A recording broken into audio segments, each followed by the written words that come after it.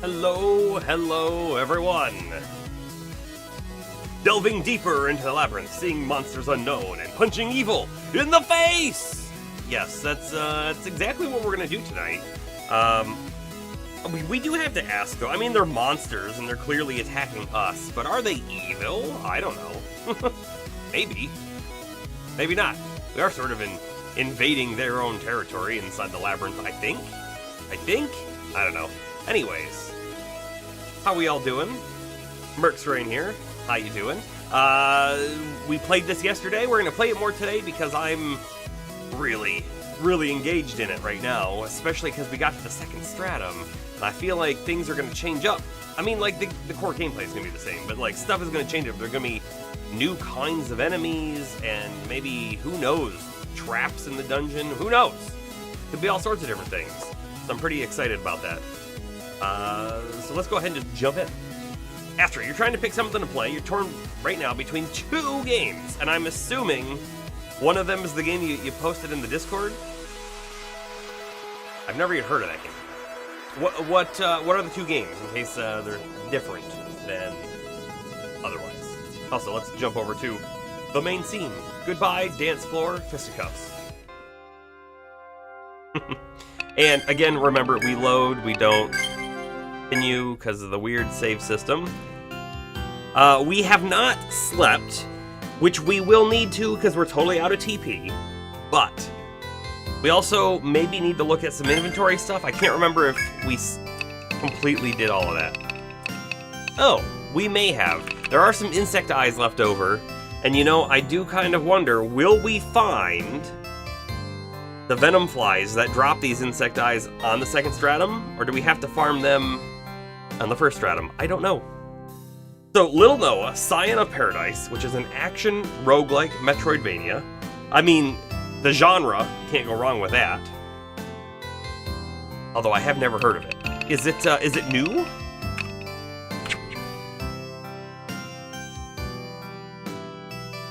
I feel like there was one other thing I wanted to do in town before we left, but I can't think of it, so I think we're just gonna rest and go.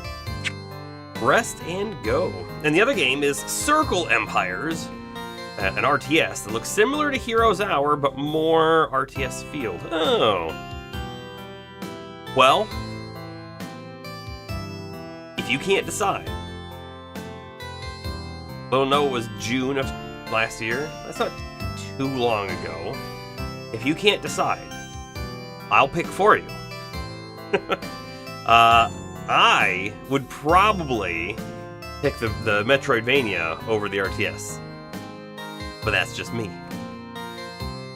Dreamland, how are you doing? We're about to go back into the dungeon. That's where we are. We're gonna go to morning, because when we hit the new stratum, they're probably gonna be harder enemies, and let's go at morning instead of nighttime. So yes, go ahead and do this. We'll save it again because it does it every time.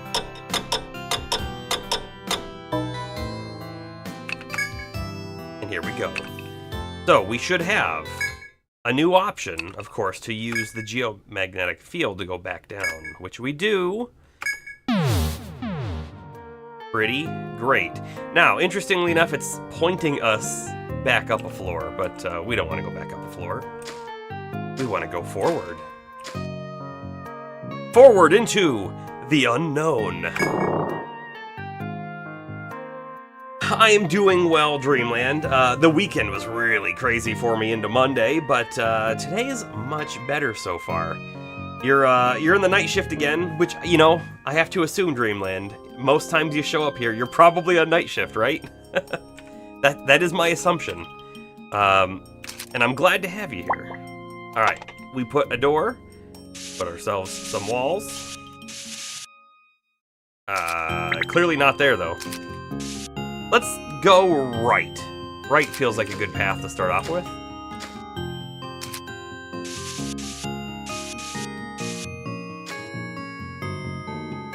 I did it again.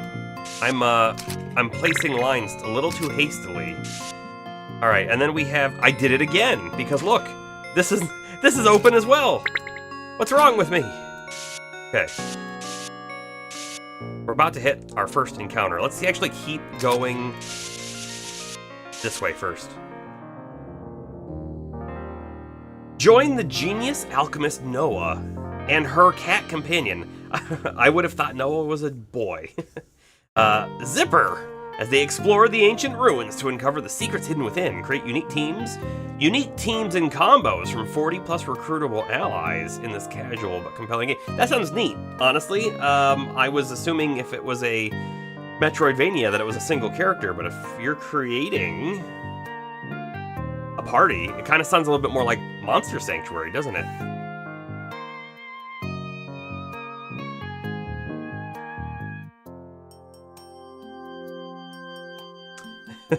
Yes, thankfully you are off work at this time, Bomber, so you can enjoy your Serenian ice cream. These are new enemies. They're called Venom Gel. How much you want to bet they've got poison? Ugh. Alright, let's just go ahead and attack the first one, and we'll see how much damage we do as a whole party. 13. They actually deal quite a bit of damage, too. Violet does 26. Alright, Fire does 40. We almost killed it, though. So that's alright. So we'll have Violet... Actually, we will have Violet attack the new one. Palmer and Astro can both attack the old one. Merc should probably throw a cure out there.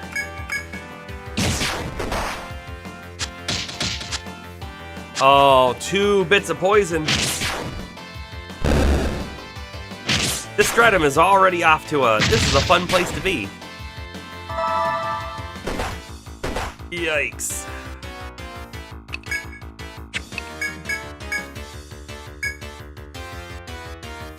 I think we really just have to hope that we attack before it hits Palmer. Right? Go. Whoa. Okay, so hold on. So its poison is like a gigantic AoE on our whole team. Steam is gonna force you to go AFK for a few while it downloads. Oh man, yeah. Well, you gotta get that game downloaded. So I don't blame you. Alright, just to double check our map. Straight out at the moment until we hit here. As you walk through the forest, by the way, I needed to heal and I forgot. As you walk through the forest, you reach a calm place where light shines through the trees. Standing here, you suddenly remember the quest you accepted at the pub. The quest to raise the flower entrusted to you to fulfill the old man's last wishes. This must be the place on the 6th floor that the old man had mentioned as suitable. Plant the seed? I guess, yeah, let's do it. You place the seed into the hole you dug, then begin to pack the earth back on top. As you concentrate on your work, you feel a sudden air of imminent threat. This is bad. A swarm of bees ambushes you. We're low on HP. This is bad. Skill, you cure yourself. And Merc will cure Cerulean, and Astro will use the Shelter Song. Let's do this. Poison on Merc, that's not great at all.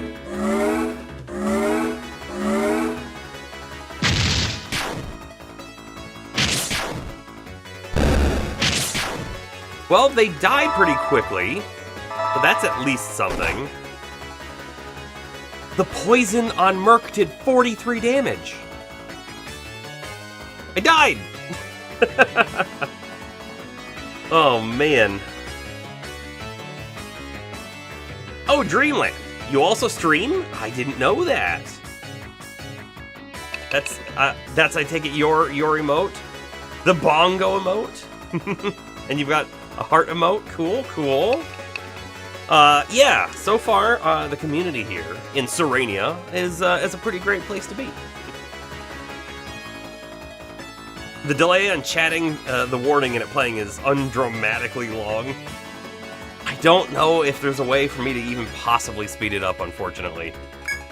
Hold on. Well, what's its HP looking like? I'm guessing a single fire will kill it. Of course, Astro's poison. So, like, everything has poison on this floor? Is that what we're finding out? This is the floor of terrible, slow death. New item, Stinger. New monster. Another wave of bees attacks. They want us to die. They want us to die!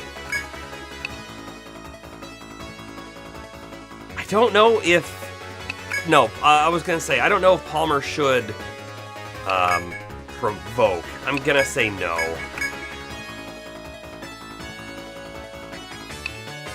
And actually, I want Astro to attack, because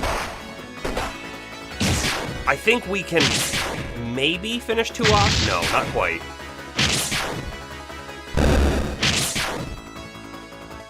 We're really close. Look at that. We are so close to being able to finish off 2 in one go. Now we know that they've got 88 HP, and they're weak to lightning, which is good to know, too.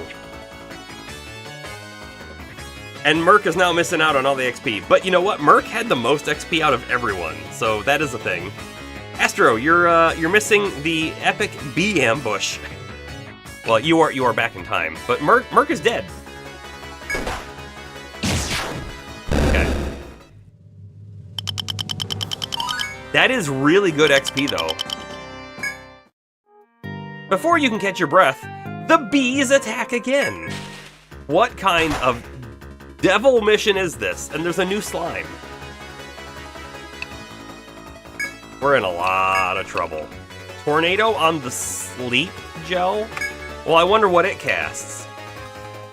Oof. Let's go ahead and do a Cure 2 on Astro. I think we need to take out the poison wasps first. I think. Bravery. Yeah, we are in a crazy situation right now. And that poison might kill Violet. It might. But Tornado is an amazing skill. Look at that AoE splash damage.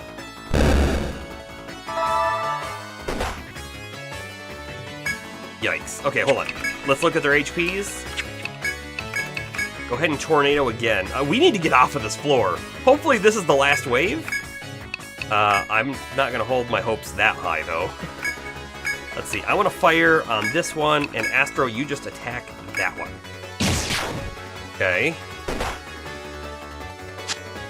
Oh, good. It missed.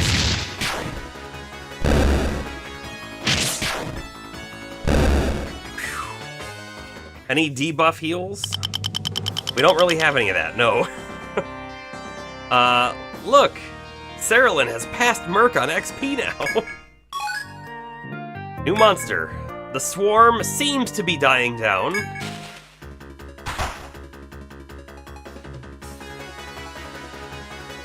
I think this mission, or quest, to plant the gold seed, was a bait. A really heavy bait to get us killed. Violet is out of TP and probably gonna die. Cure 2 Violet, please. Shelter, please. Yeah, there goes Violet, so there goes Palmer. There goes Astro almost.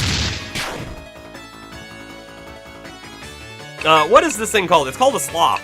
It doesn't look like a sloth. It looks like a gorilla of... Like, it looks like a gorilla bear. That's what I would say. We're totally dead. We could try to escape, I guess. I didn't really think about that. But you know what? Our save point is like one fight back. So if we die, I'm not going to be too worried about it. When I say if we die, I mean we're dying here, and I'm not going to be too worried about it.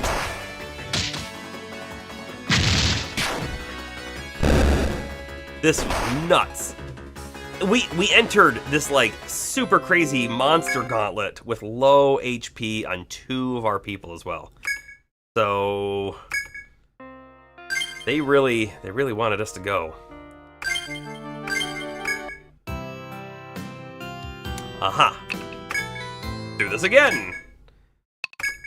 It's like the stream just started. We've missed nothing. This is what a sloth could be. Eat something else besides poisonous eucalyptus. Yeah, maybe, yeah. I'm actually now thinking...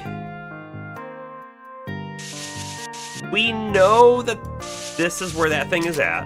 Let's go ahead and put an exclamation mark there. And then let's go a different direction to start off with, because...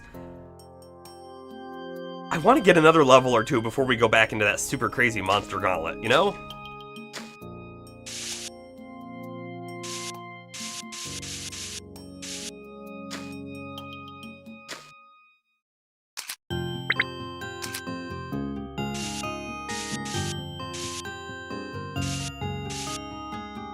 Was that an ape mole?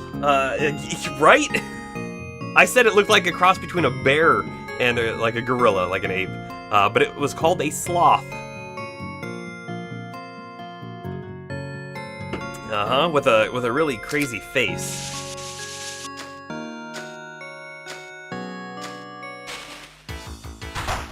All right, back to the venom gels. We can deal with the venom gels, apparently. Let's go ahead and... I hate to use up all of Violet's TP on these sorts of enemies, but we're going to.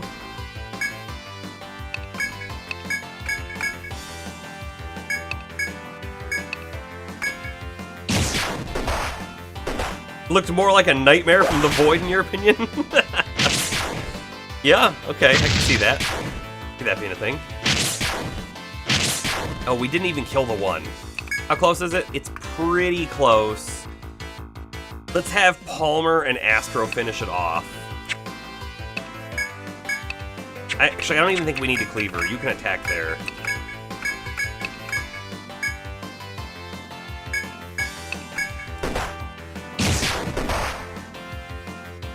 Wow. Violet has gone down. You know, we could go back to the previous floor and farm a level or 2, because we didn't even fully explore the floor. So I feel like the game is telling us, yeah, you might not quite be ready for this floor yet. Oh look, sticky goo. Yeah, it was a mole on steroids for sure. Okay. I think we have to turn around. If Violet's dead, we're in a world of trouble. Can we make it back to the Stratum without an enemy encounter? And to the Stratum, I mean the geomagnetic field. Yeah, let's return to town. Wow. Okay. Well, we can at least report on the Venom Gel, which is the only enemy that we legitimately saw after we had to reload.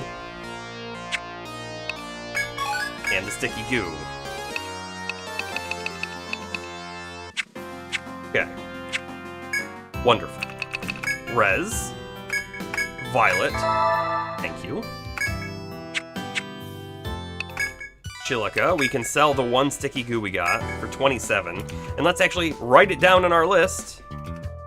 Sticky goo. Alright, what kind of new items for craft are there? Nothing? That didn't unlock anything. Okay. Alright. Let's sleep again till morning. Yes, please. All the roids. Too many roids. We really need some kind of poison protection. I mean, we looked, right? We did look, but we didn't see really what I was expecting to see, which was a spell that might protect us against poison, or to be able to really remove it immediately. Maybe that's not entirely true. Hold on. maybe not entirely true, because I do think Merc has an ability. Immunize? No. Salve? No. I could have swore. Remove status ailments from the entire party.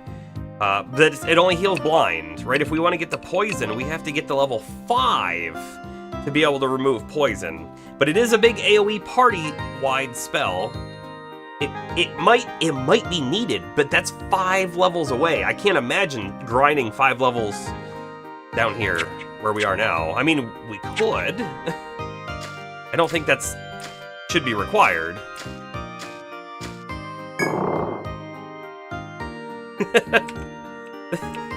The sloth was kind of cute. Well, sometimes cute things hurt us. Maybe cute things hurt us the most. We're gonna pop back through here so that I can get the mining point and the gathering point. Also, by the way, I do see, it looks like maybe a wolf has respawned up at the north side of the map.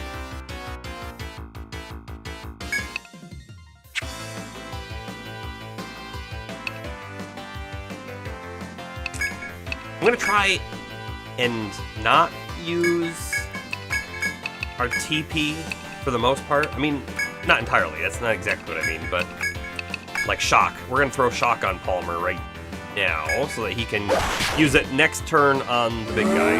Oh, we should have actually had him go this turn to attack the big guy. I don't know what I was thinking.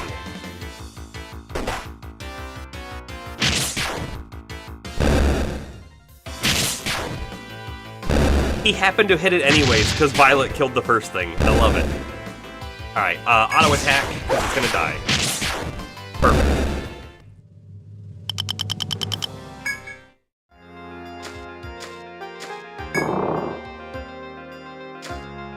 You know, I do think that we were getting really good experience on that floor, so if we could do 2 enemy encounters, level up, go back, heal, come back in, it's gonna waste a little bit of our money.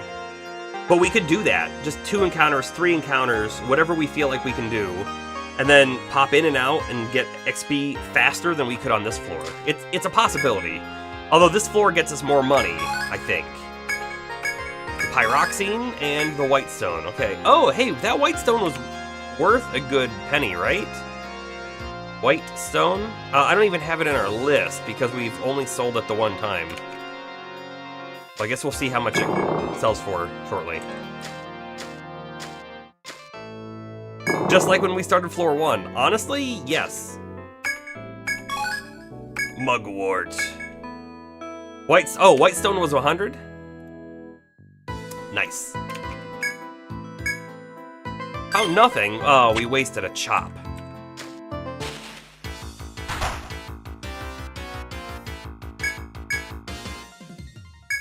Everyone else attacked the big guy except Cerulean and Violet. Violet missed. Good job. GG. There goes the defense.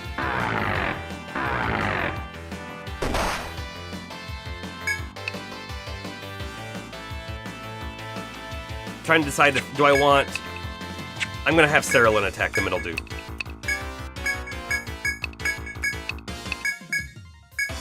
Go. Do the thing. Warble down. Nice. You know, we used fire on one of the mandrakes, and we did not get a charcoal from it. So I thought the condition for getting charcoal was a guaranteed drop, but apparently it is not. Not close. Not quite, I guess I mean to say.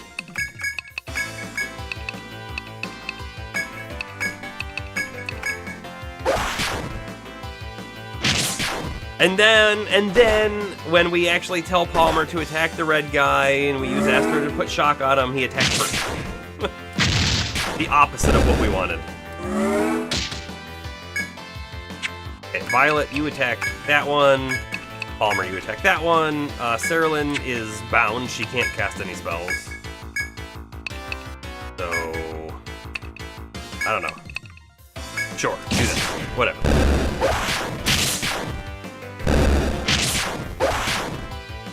Oh, it used defense up. It did it again.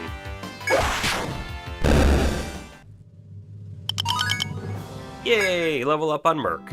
I'm gonna hold it for just a little bit, because I think we need to talk about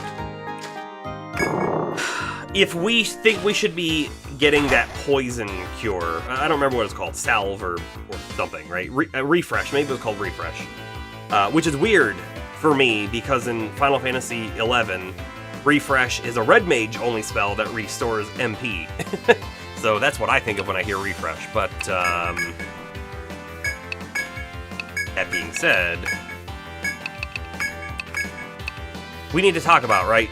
Do we think that spell is going to be required for the next floor? And it might be, because, like, if we're getting multiple characters poisoned at the same time, well, that's a lot of extra damage.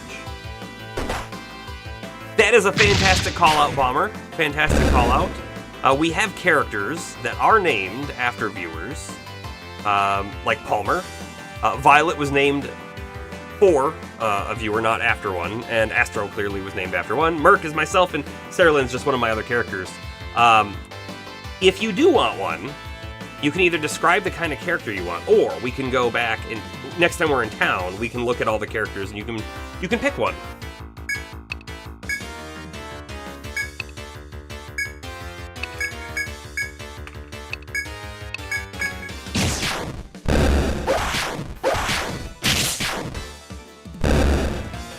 Cannot guarantee that they will get used, however.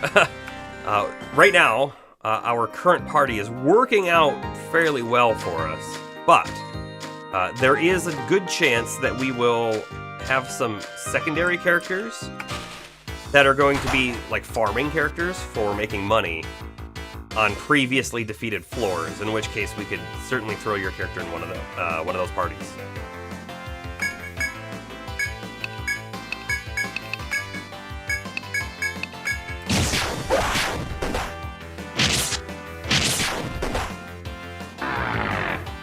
Violet missed again. What's with that?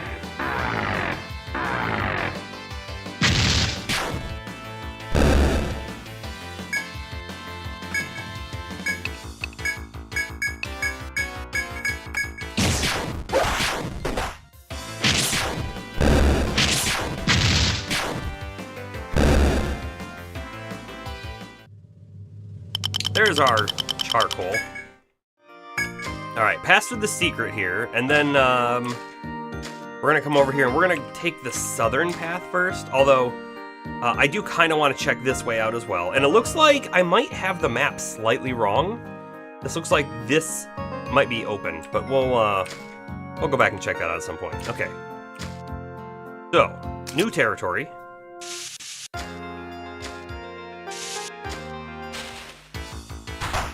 Wow, we keep running into these guys a lot. You're liking the game more than you expected? Absolutely scratching the itch. Nice. I'm glad to hear that.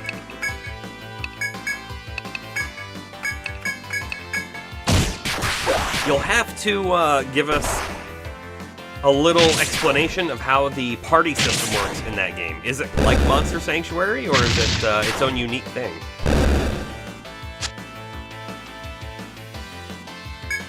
Alright, just auto attack, we should kill it, no problem.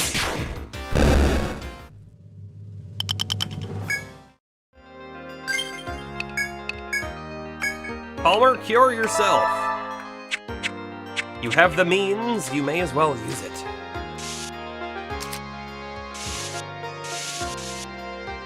Dead end. I wasn't exactly expecting a dead end. Nothing to do here either, okay. Although I bet you most of these other paths are dead ends. Probably.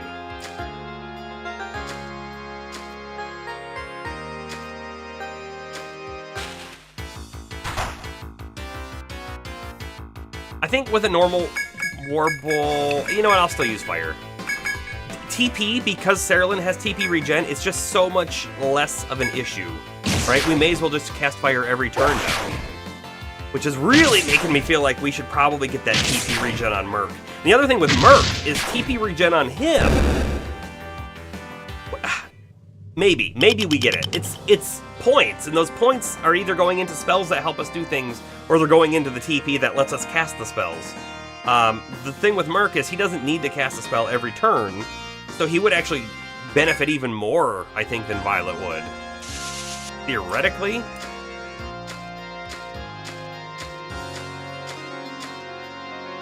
Okay, that is a cut spot, and we don't have that anymore. Already used it. Alright, this should be a dead end.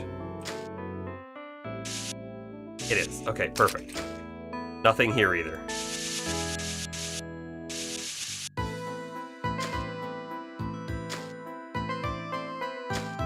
Just looking to see if there's a secret passage through there, you know?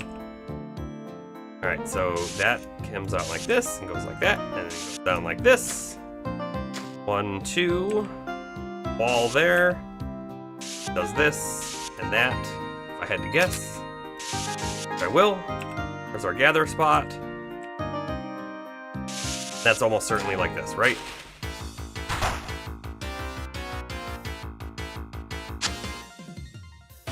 So, the game is the Metroidvania. It's like a very standard roguelike combined with a gacha system.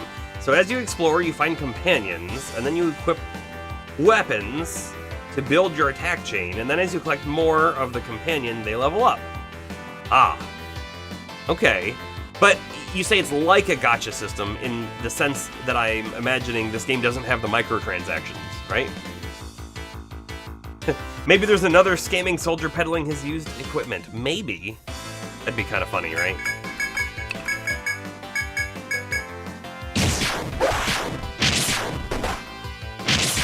The really funny thing about that soldier selling that sword for 500, the really funny thing about that is, how would we have even had 500 N at that point of the game, you know?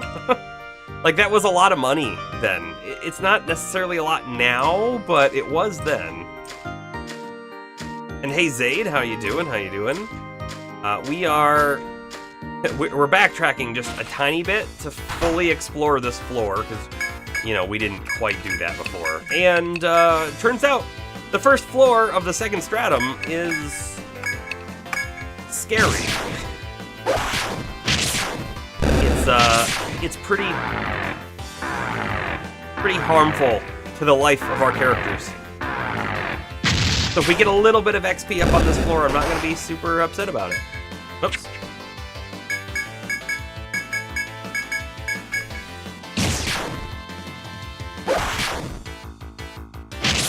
Yeah, that game, the Metroidvania, is Little Noah, Scion of Paradise. Which, by the way, I could not have remembered that name.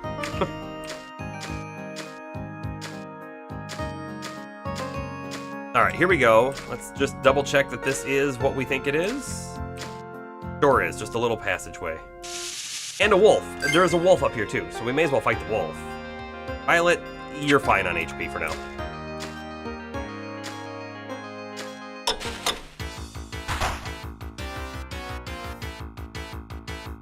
The wolf is still here. Auto attack. Do it up. Alright, see you soon, Dreamland. See you soon. Oh! Oh! No, stop! Don't auto anymore! Oh my goodness. It's a quest. It's a quest for the spider that they said is a very, very challenging enemy. And, unfortunately, we just did auto attacks. And it's almost dead. I honestly thought it was going to be a lot worse than that.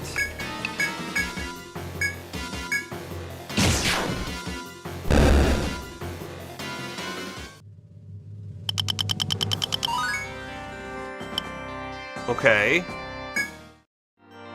The dreadful monster thrashes its garish violet legs in the air before collapsing. No more unfortunate adventurers will fall victim to the formidable poisonous spider. You should report the slaying of the monster back to the pub. We should! That went so much better than it could have, since we were on auto attack.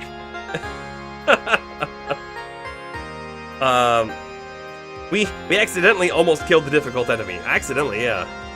Yeah, how did the adventurers fall to that? That is a good question. There's no way that was any stronger, really, than the wolf. And I don't mean Fenrir, I just mean a normal wolf. Okay, looking at our map, as long as we have 100% correctly mapped the area, which I believe we have, the only thing we haven't explored is this door, which is another crystal door. So, you know, let's go check it out. Maybe... We have no idea what unlocks those doors. I'm kind of thinking maybe there is a possibility that the fact that we have made it to the next stratum, or that we have defeated the stratum boss, if you will, maybe these unlock. I doubt it, but we may as well check. No. Okay. Well, at least we checked. Maybe we are amazingly powerful, except on floor 6. Yeah, maybe. Back to auto attack. These guys don't need more than auto attack.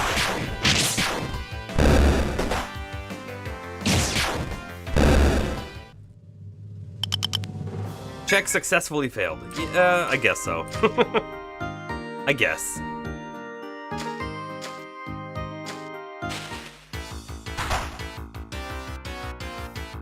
Party was blindsided. I hate that. I hate that a lot.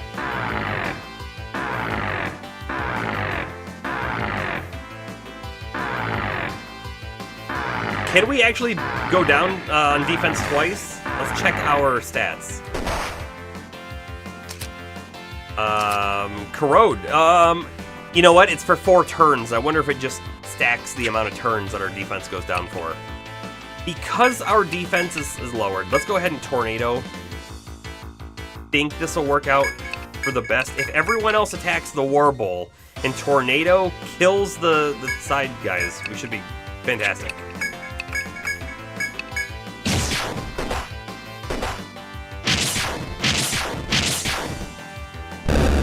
One down, 2 down, perfect.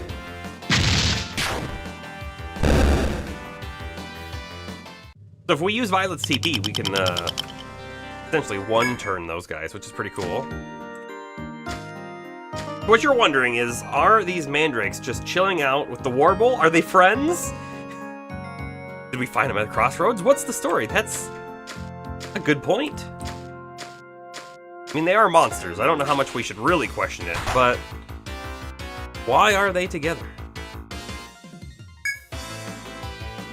How much HP? 55? Honestly, she might be able to kill it on her own. I think I'll have Merc also attack it, and then everyone else can just melee the second one. Yeah, we're good. We're good. Man, those fenders are so easy now.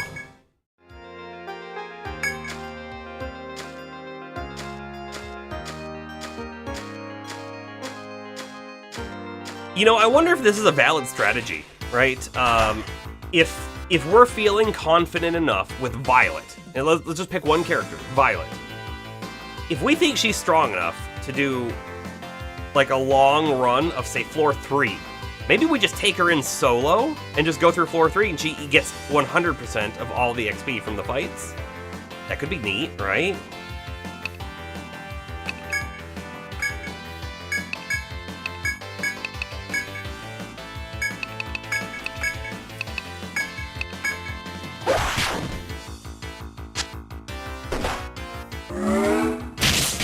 Boom!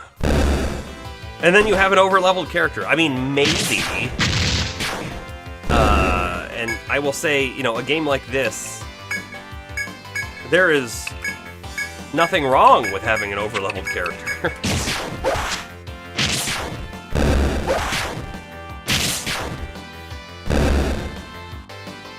And if you did that with all of them, it would be the same as doing what we're doing now. I mean, you make a fantastic point. You make a good point. Okay. I'm feeling like maybe we go back to town real quick. I mean, because we can. It's so easy. The only reason we might not want to go back to town is because we have Boost probably available on most of the characters. Yes, they all have boost available now.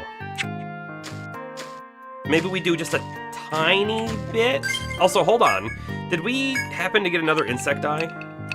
No, we might have to go down to like floor 3 to get more insect eyes. Let's do a quick save, and then let's see what's through this door. A F.O.E. A F.O.E is through the door. Okay, so we have...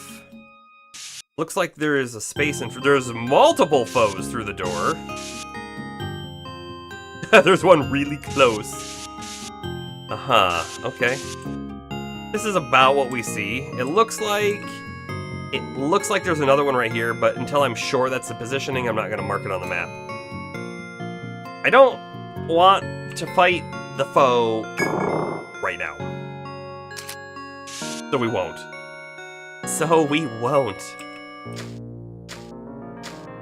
I'm afraid, honestly, to move too far away from the geomagnetic field. Just takes a couple bad enemy encounters, and then we're in trouble.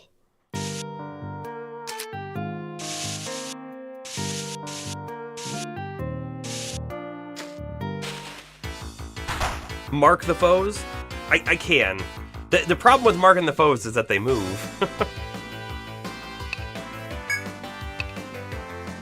Tornado. Actually, part of me's thinking I kind of want to save the TP in case we get a really bad encounter, you know?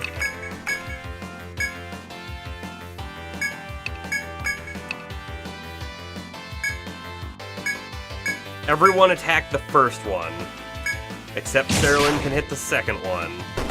We'll see how much damage they both kind of come to. Welcome back, Dreamland. We've gone back down to the second stratum. Look at that. With all of the other characters attacking this one, they do just over half. With Cerulean, one fire does basically half there. So, as we know, they are resistant to our physical attacks. So it makes a lot of sense, but a little unfortunate. I think we're going to kind of do the same thing we just did. Except I think Cerulean might need maybe Merc to also hit this. It's going to be a little hit or miss, I think. Correct. We're not going to be down on this floor too much longer, I don't think. Dead? Yes. Yes. Okay, good. Because Violet's a little low. A steel lump. That steel lump sounds like it should sell something good, right? Nice. Nice. Skill. Actually, let's use Palmer. Heal and heal. Thank you, thank you. We may as well spend our skill points right now, too. So, oh no, I've got 2 skill points on Violet. We forgot to spend. Might be okay, though. We know that, like, Cleaver and Tornado are both doing good damage. Increasing each one of these wouldn't be the end of the world.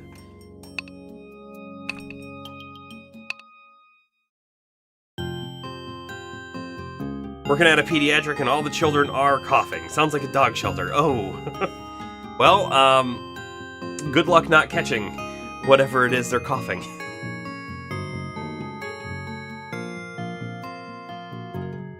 Let's see. We wanted to get to Freezer on her quite a bit, right? So it looks like we were boosting our TP so that we could get there. One more level on TP. We'll make them available. And now we spend 1 point on Freezer. Sword skill that follows ice magic with a freezing slash. Okay. And then it's just damage up the more points we put into it. Okay. Now we have all 3 of the main elements accounted for, which is great. Let's see, Mr. Palmer, we have options. The next level of Provoke, which we're currently, hold on, yeah, we're currently at level 5. And at level 5, we don't get the defense, but at level 6, we get the defense. So that's where we're going. Yes. Perfect. All right. Cerulean. Cerulean has 2 points now as well. Okay. Okay. We, this is funny now, right? We could get more TP regen. But I'm kind of feeling like we were talking about boosting our fire more. So maybe we throw them in the fire up, because we need to have 5 whole levels in fire up in order to get either Inferno or Flame. So let's do that. Fire up, please. Points. Perfect. Mr. Merc, refresh. Do we... What do we think? Team, right? Should we start investing up to 5 levels on refresh to get to poison healing? It's a lot of levels to throw at this thing, but it could be worth it. The music's great in this game. It really is, yeah.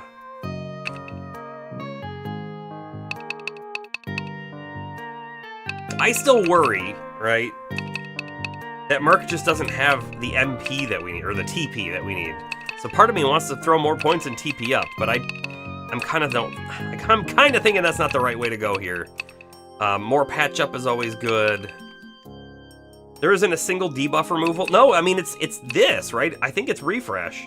Removes the status ailments. This is blind, paralysis, confusion, sleep, and then poison, and then curse, and then terror, and then petrify, and then it's just speed ups. It's not amazing. Let's see, we have immunize, which is resistance to elements, but I'm guessing this is like fire, right? Elemental resistance. And that's kind of all we have. If we go over and look at Astro, however, we do have,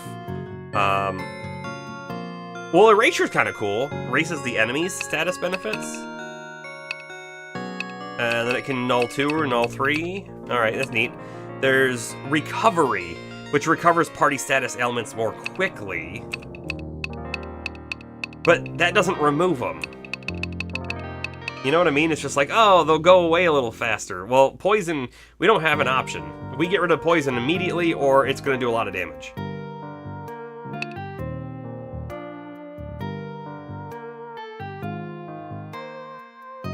I think we might need to make a second Bard at some point to get Divinity.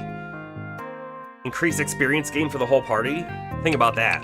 Think about having a single Bard whose sole purpose is for casting Divinity. We could boost the whole team pretty quickly with that, I think.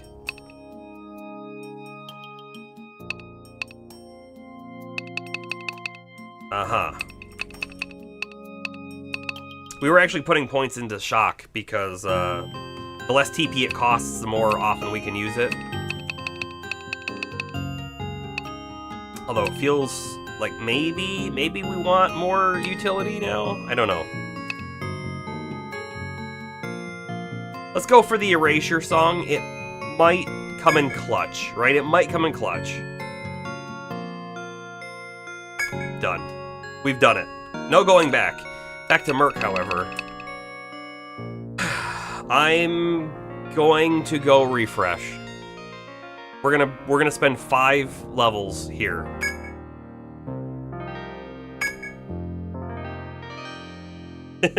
That's what we just did. It's done. Go quick save. All right, so here we have a crossroads with a door. No, I wonder if, like... Hold on, let me trash that. Should I be putting a closed door there? When we go through the door, will it open on the map? We'll have to check that out shortly. There's another door right there. Let's check the up door.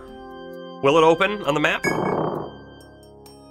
It did not, so I don't like that. I like what we were doing before, which was specifically using open doors for doors that aren't locked, and then closed doors for doors that are locked. I think that makes perfect sense to me.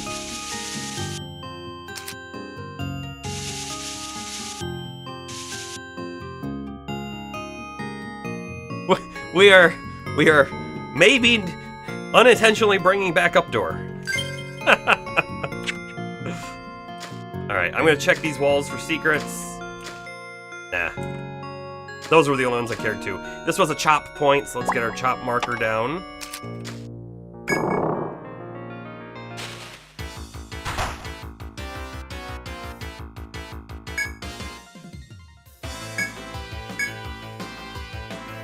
So we could actually, let's go back and try this out. So if we use Freezer, it is 8 TP, which is a lot, but if we use Freezer on this thing... Wait, was that an AoE hit? I think that might have been an AoE hit. I guess we'll find out. Sure. Hold on, it said Freezer, and then it said waiting for something. It went by so fast.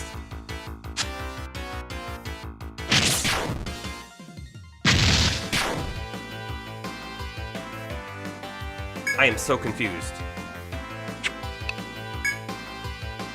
I don't know what just happened. Hold on. Do we have it now? No. A sword skill that follows ice magic with a freezing slash. Oh. Oh. On further investigation of the ability, I think we have to cast ice magic from another character in order to get a freezing slash. I thought it was just gonna be an ice sword skill. Come on. I feel real bad about that. Real bad about that. It's so bad. Yeah, Zaid, I mean, I'm not happy with it, that's for sure. I don't know. Astro attack that one. Oh, look at all the poison. Let's hope we finish him off this turn.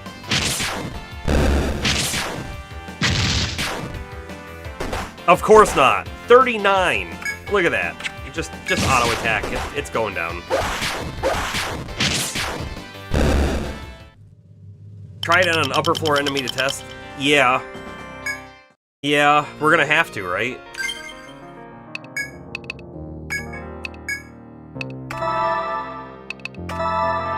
And blow all the TP. Who cares? Champion Donuts. Is Champion a brand of donuts? Is that a dead end? That looks like a dead end. That does not look like a dead end.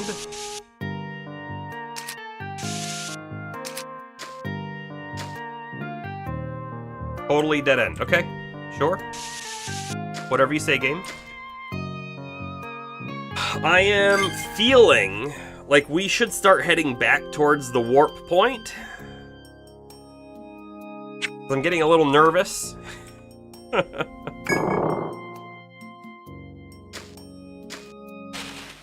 On our character resources.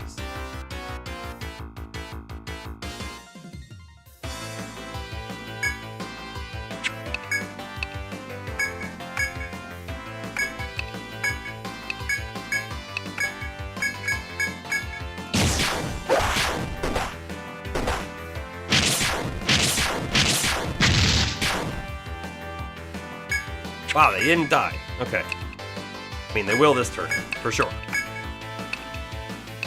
I'll even guarantee it with that.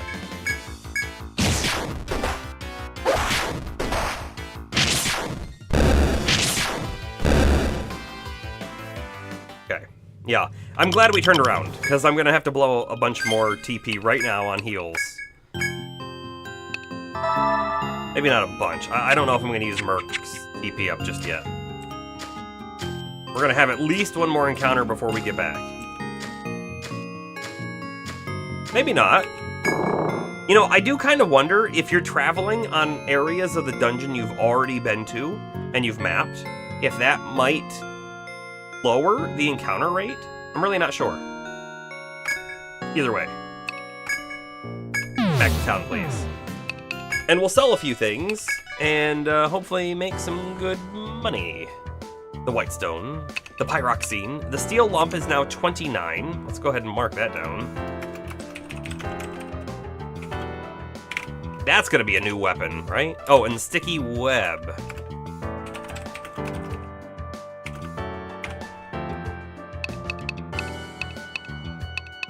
no insect eyes. The rest of it, though, is good to sell. Oh, we got the 2 thorns. I think we can buy a new sword for Palmer. All right, perfect. 592. New item, the boar spear, fully unlocked. Perfect. The broadsword. Ooh, that's gotta be from the steel lumps, right? Almost certainly. Almost certainly. Let's see.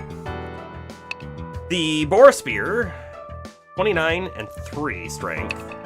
This does not have the strength on it, but it just has 34 attack on it. I feel like it's not better, honestly. We go from 58 attack to 60.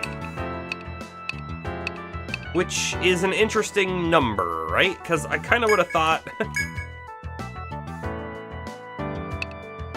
I mean, it's 5 more attack, but our attack only goes up by 2. With our strength going down. So, strength values may directly put additional attack points on our attack modifier there. So, if it does, that makes sense. So it's even more expensive than the boar spear, and I just kind of feel like the boar spear is better. I just feel like it's better. And with that being said, I think I'm gonna buy Palmer one. We've got a little bit of money to throw around. How could a spear be shaped like a bear, like a boar? It's shaped like the beast's fang. I don't know. Let's buy that and equip that. Thank you very much. Is that the only thing we unlocked? It's the only thing we unlocked there, but the petal coat, if we get dye petal, which I don't think we've seen that yet. Who can use it? Our casters can use it. Makes our agility go up, but a vitality down, defense down. Okay. Anything in the accessories? No. Anything in the items? No. Alright. Let's double check that we have an Ariadne thread, by the way. Since we're here. We do. Perfect. Perfect. Alright. Let's see. We need to heal. We have a quest to turn in. The Shadow in the Grove.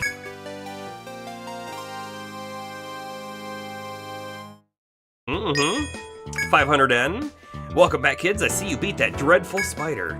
The other kids in the guild will be relieved to hear it's safe to go back in the forest. All the young ones look up to Serenia these days, you know? Yeah, we know. We're great. I hate to see them hurt, so I'm grateful myself. Good luck with your adventures. Any new quests? Nothing new. Hold on, let's look at the other ones. Level 20 Landsknecht. We're getting close. This is the 5 eyes. We're at 4. We need the seeds, which we've never found. And then this is planting the seed, which has a crazy mob gauntlet attached to it. Okay. Check the Radha. Any new missions? Nope. We got discoveries to report, though. Spider. The spider, which is very weak to fire and lightning. Perfect. So right before we leave, we're gonna heal, and then, actually, no. We're gonna go back to the first floor, the very first floor, and just try out the lightnings, or the ice spell on Violet, like Bomber said. Oh, right, and we're gonna make Dreamland's character. However, I'm going to ask that you give me just 1 minute. I'll be right back.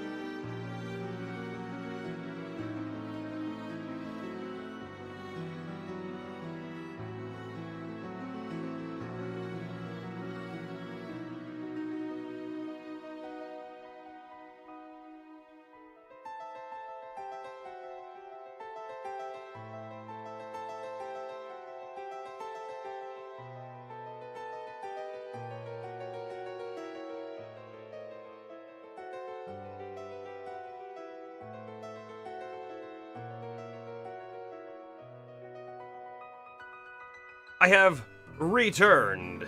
Let's see. Back into the game. Back into the game. Back to the game music.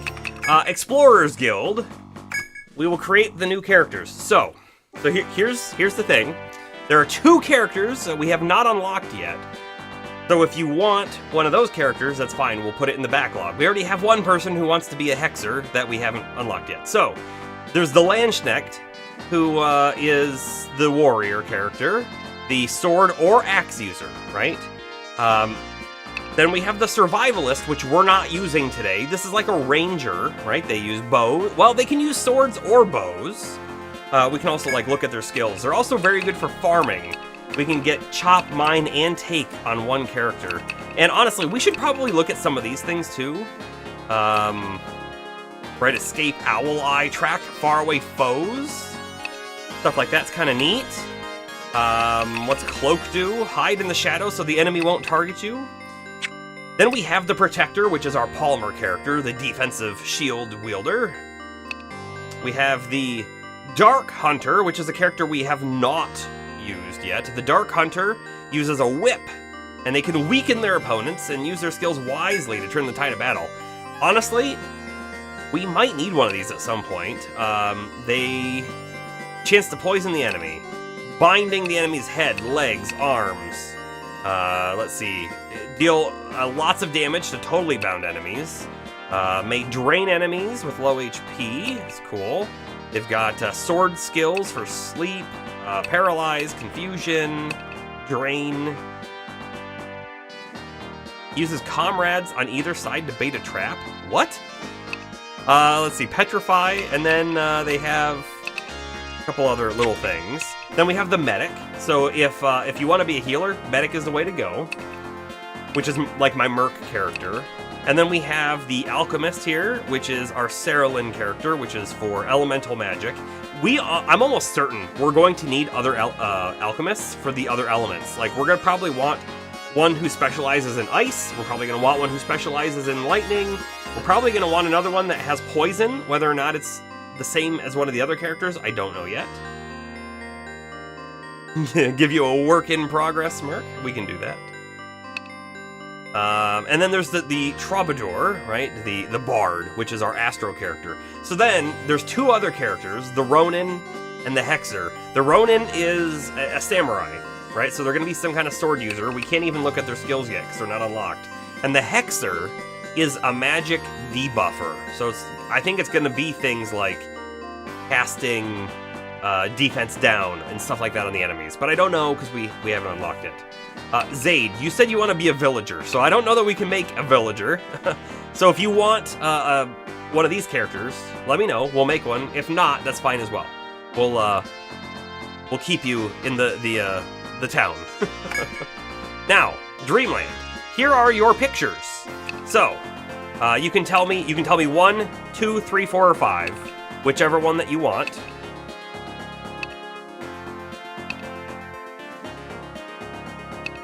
Survivalist Zaid? Sure.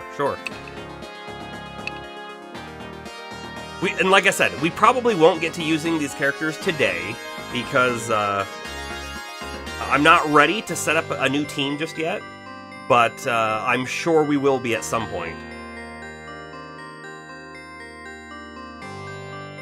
And the other thing with having a second medic is we can build the second medic in a very different way than we've built Merc, right? We can build the second one for TP regen, or we can build the second one to have more of the other spells that we haven't unlocked. Number 4 is what you want? Perfect. And do you want it to be Dreamland, or do you want it to be something different? There's only 9 characters. Dreamland fills the whole thing. But if you want something else, that's fine too. We can change it.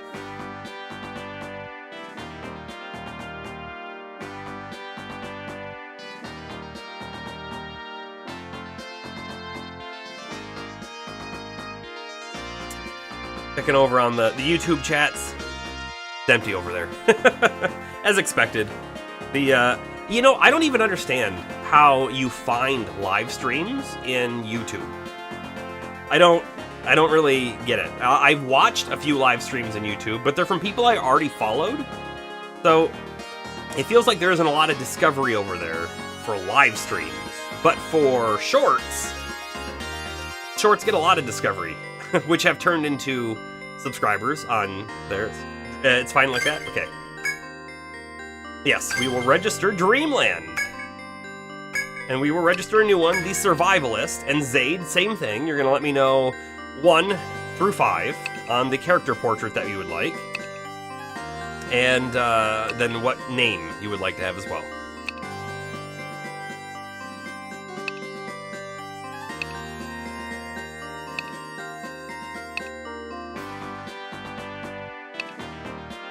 I think this is the only guy of the things here. 2 is great. But I feel like most of the characters have had a pretty even split of like three of one, male, and then 2 of female, or 3 female and 2 male. But I think this might be the only one so far that's had only 1 guy in it. All right, we will say number 2 and Noisette. All right, confirm. Nope, we don't need to do that, but we will go into organize, and we're actually going to come down here to, like, here, and I've got a little bit of equipment to swap around, right? Oh, that sword might not be wearable. We don't have anything here. Let's see. Do I have anything extra for Dreamland? No, I think the only thing that we have that wasn't used is that short sword. I'm going to store the short sword. I think it's worth holding on to. So, there we go. It's Noisette. Okay. French for hazelnut. Okay. Alright. Brewster Inn. Store. Our short sword. Yes, please. Done.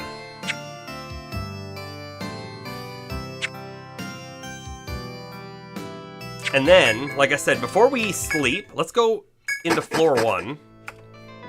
And just double check our knowledge on that spell, which isn't really a spell, it's the sword skill.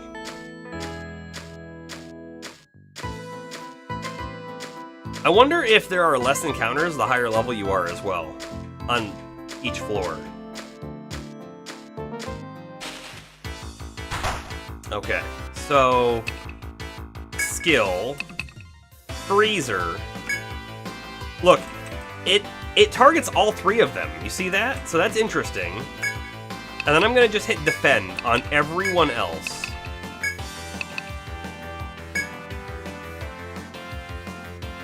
It's so fast, but I think it said is waiting for magic to strike the enemy, is what I think it said. That is so unfortunate, because now we're knowing. We are knowing that Violet should not have gotten that ability because we don't have ice magic, so it's a waste of a point.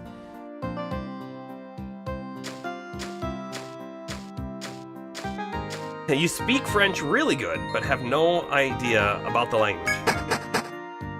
Well, what does that mean? You have no idea about the language. I speak one language okay.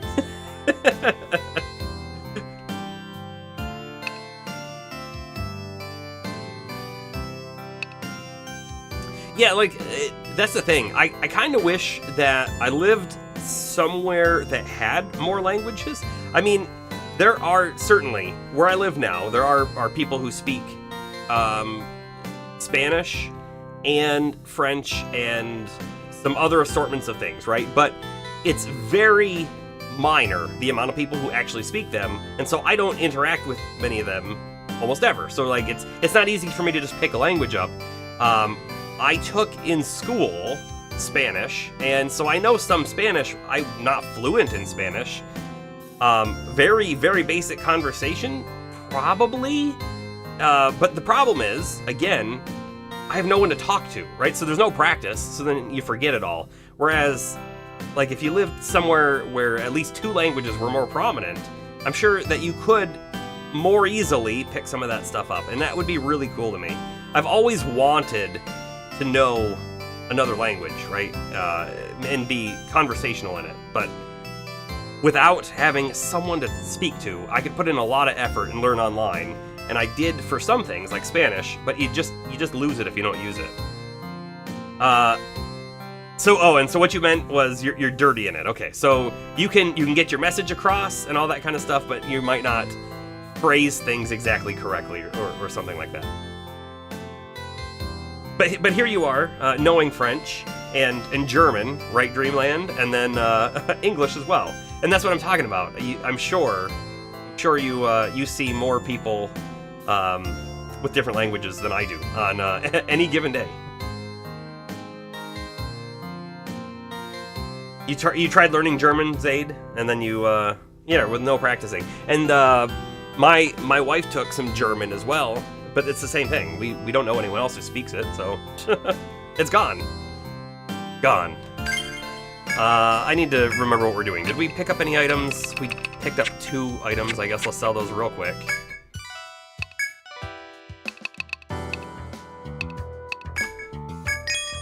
Perfect.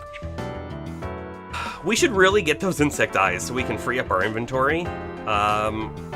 So I think we have to go back to floor 3. You know what? Let's just go to floor 2. We know that they will absolutely spawn on floor 2. Let's not waste our money healing our characters up yet. Let's finish this quest. And let's double check that it's 5. I think it's 5.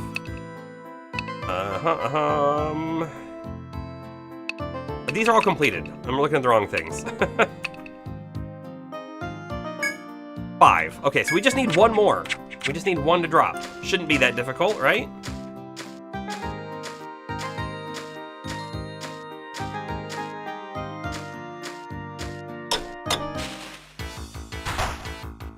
I'm also curious. This thing can also drop an insect eye, so maybe we get it right here.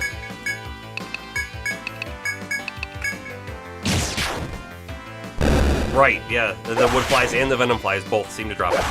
PogChamp, how are we doing? Good to see you here, good to see you. No insect eye. We did not get the luck. Back down to floor 2. See if we can just get it. You know what? Let's make our way down to that F.O.E. If we get it, like, in the next encounter, then maybe we turn around. But otherwise, we could go down there and fight the F.O.E. and potentially get a good money drop, right? I think they drop large fangs that are worth 250. Could be worth it.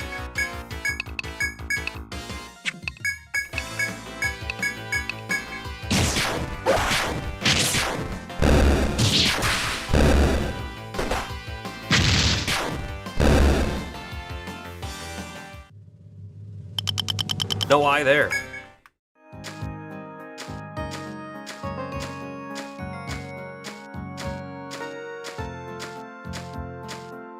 When we make our farming team, okay, we need to do a test, right? We need to have a ranger take, it doesn't matter, mining or chopping or something, right? We need to have them take one of those things, and then we need to have them in the team with one of the other people that have the same skill, right? So we have 1 mining on Palmer. So if we took a skill point on a ranger, what I want to see is, do we still have 2 mines per day because it uses the character with the highest level? They would be tied at 2 or at 1 each. Or does it combine them together? Because if it combines them together, just think about that for a second. If we had 5 rangers who all had maximum points in mining, for example, and then we went to a mining point and just sat there and filled our whole inventory up on priceless gems. It's something we gotta think about. I don't know how much we're gonna need money later in the game, like how crazy expensive future equipment's gonna be, but the money could be very beneficial for us, as we know from the early game. I should have just hit auto while I was talking. Insect Eye was a special drop. You're not wrong on that. Maybe we should try magic. I mean, it was a yellow drop, which we presume means a special drop. I just thought about, we don't have a lot of TP floating around on some of our characters. Maybe I'll do a quick save before we fight this guy. Because it is not the Warble, it is the Kayutha. 350. Really weak to, say, Astro's attacks. I can Cleaver once. Palmer can Provoke. Cerulean can Fire. Merc can waste a turn. What I really want, honestly, like I said before, I want like a Protect spell. Merc should have the ability to give everyone defense up or something. I don't know why we don't have that on the medic. Seems like a typical Final Fantasy white mage would have stuff like that, right?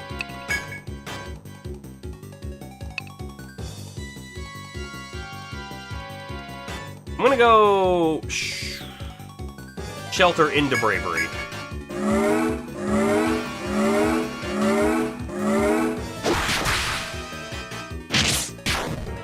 Wait, Violet's Cleaver said critical and it only did 19? Did we read that right? And then Palmer hit it with a normal attack and did a lot more damage? So confused. Wait, Palmer didn't hit it. Maybe that was Merc's attack. Maybe Merc did the 19. That would make a lot more sense to me. Okay. I'm not even going to attack up. This thing's almost dead already. Let's just use Astro to put an arrow right between its eyes.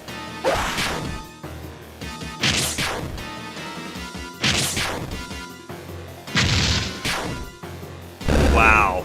Can you believe that? That thing was so difficult when we fought it the first time and the second time.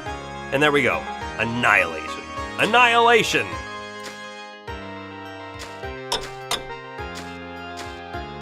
Checking for secrets on the wall. Didn't see any. Come on, we need an insect eye, please, game. We may as well check the door over here, too.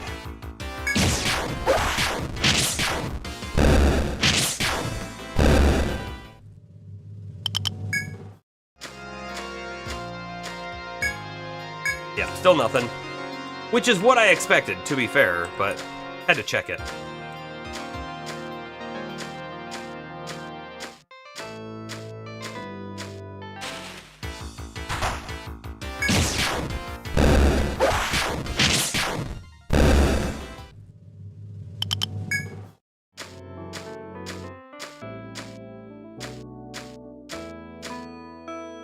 We could go down to the next floor, technically.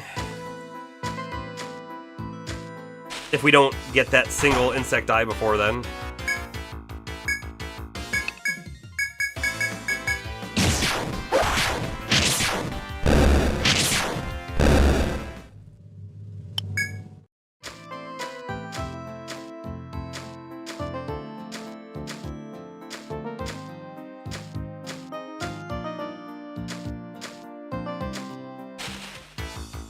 Okay, here's where we're gonna try the fire on the Venom Fly, and then these two are gonna defend because I want to make sure we only do 3 attacks to make sure no one melee attacks the bug.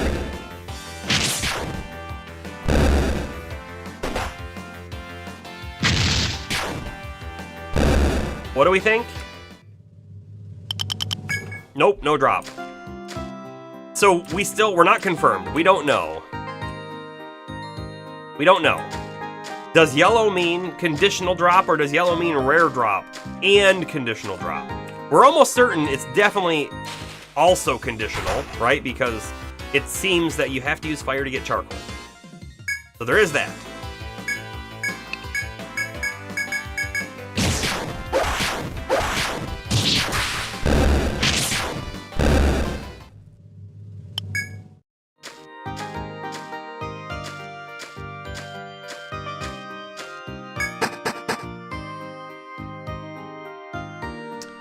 We could spend a little bit of time walking around this floor, looking to see if anything pops up for us.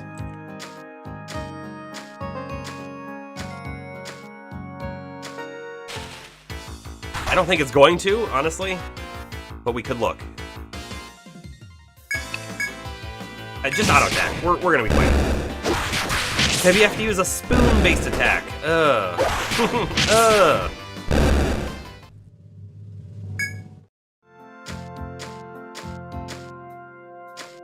think I didn't turn again. Oh well.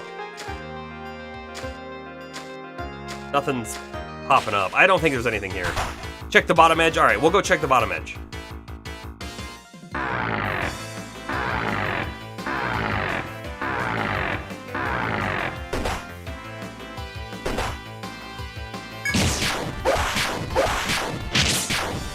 Okay, auto attack is not the right move here because they did not attack in the smart fashion, if you will. You know what? If we're gonna be checking stuff, let's also check the left wall. The full left wall will also get checked here.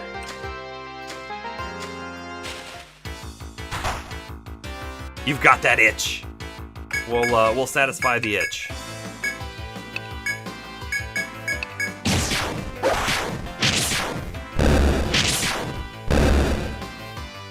I think we need to go back anyways. We're getting a lot less of the flies.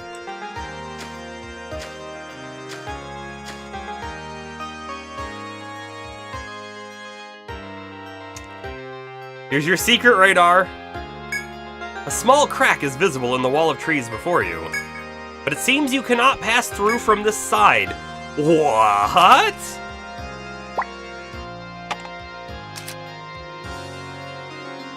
So how do we get over here?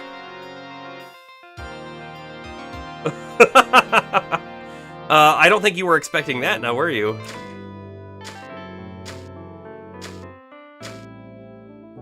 Okay then. Well, what does that tell us? That tells us there is another way to get to this floor over here, right? There's another staircase that comes here. Or it tells us that one of these other walls right here has to have a secret passage over to this side. That's what it's telling us. I can't imagine it saying anything else than that.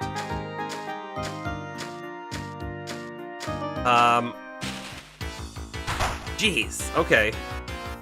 I don't know why I just went this way. I think we need to go back a floor.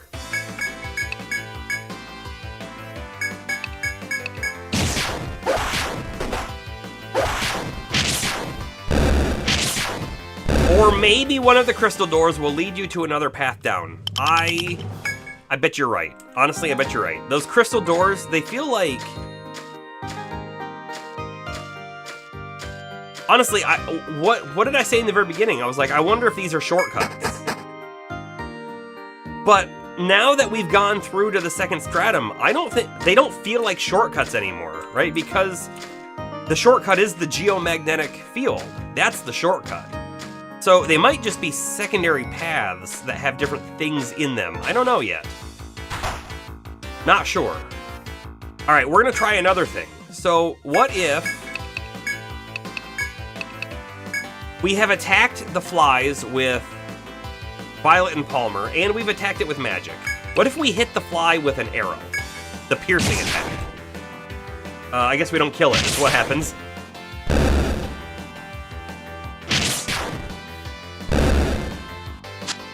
Oh good, it missed.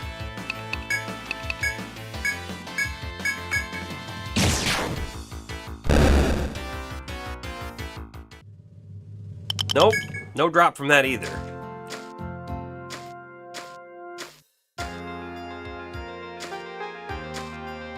I came this way because I figured there was another foe, by the way. That's the whole reason.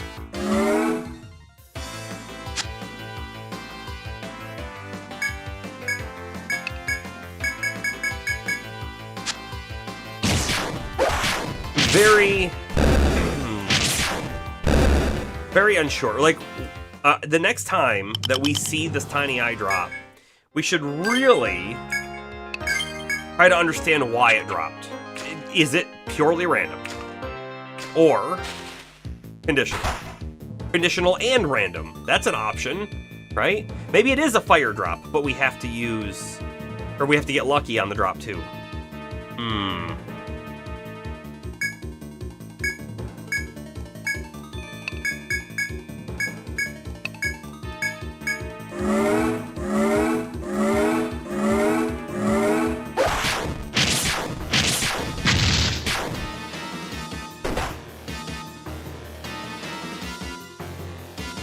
You know, we've talked about this enemy before in the design, specifically around the mouth, with its teeth and the uncanny valley of it. But you know what I just realized as well? Just now, I didn't think about this before, at all. But doesn't the little, like, red patch of hair on the top of the head also kind of look uncanny valley-ish? Like it's like a person's set of hair on top? What if this was like a person somehow transformed into a monster? I'm getting, oh, what's that anime called? Why can't I think of it? Something of the Abyss, right? Slight spoilers, sorry.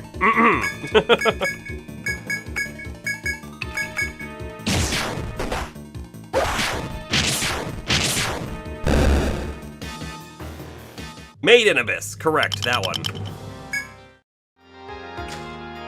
Slight feelings of that anime popped into my head right there. I have not watched the second season. I know we talked about it, Astro, but unfortunately, I don't have High Dive. So,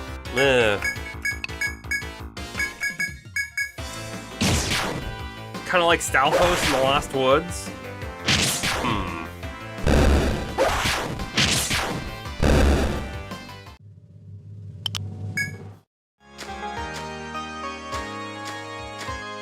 No, I didn't watch the movie either.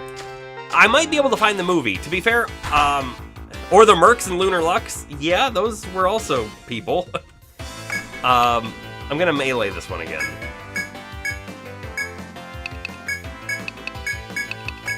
I might be able to find the movie. I didn't think about that. I absolutely looked for season 2 of Made in Abyss, though. Oh, and since, you know what, let's talk anime for just a short moment, right? I'm very disappointed with Goblin Slayer Season 2. I rewatched Season 1 because it had been a while, and I was like, I want to watch Season 2. I've only watched the first 2 episodes, and well, I think it was 2. And I'm very unsure that I'm going to go back and watch more. Bomber, you said that you still enjoy it for what it is, but it doesn't, like, it never feels like the original season of the Goblin Slayer, right?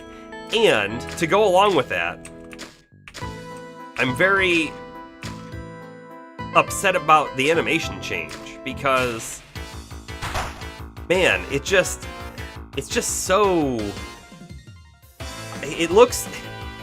honestly, it looks like someone just tried to copy it, but try to put their own flair on it, and their flair wasn't good. It looks like they cheapened out to a cheaper studio, if you will, to do the next season. You don't get the depth in a lot of the scenes that the other one did, and it feels like the line work is weird and rough, and character designs and faces don't match either, and it bugs me. Maybe more than it should, but it bugs me.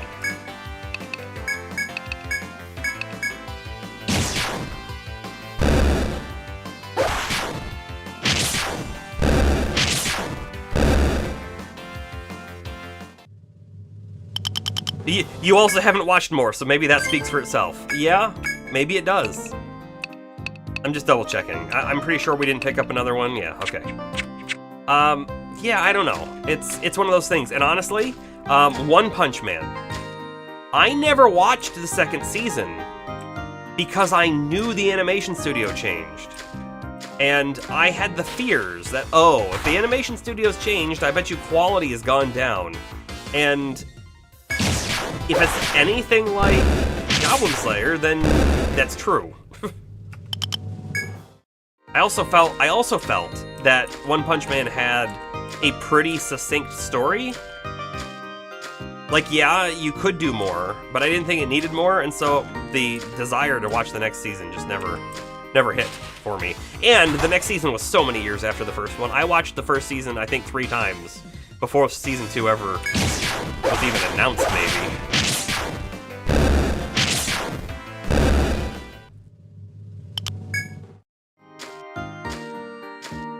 Alright. Soldier? The soldier does not respawn at all. The one-time event. Let's check the top snake event as well. Also, defend skill. Let's use fire again and try that.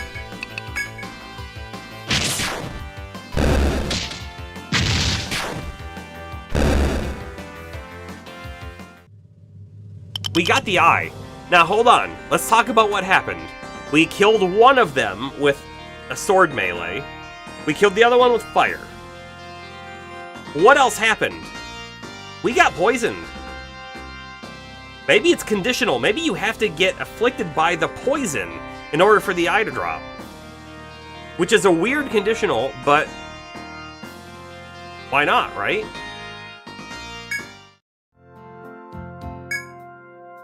Alright, we're gonna head back.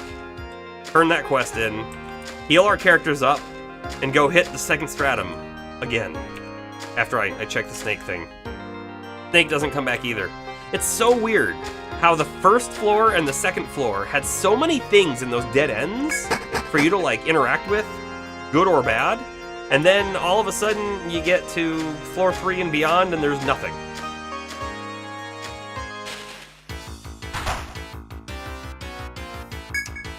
I think we can attack this thing down without needing the magic. I kind of want to see, for sure.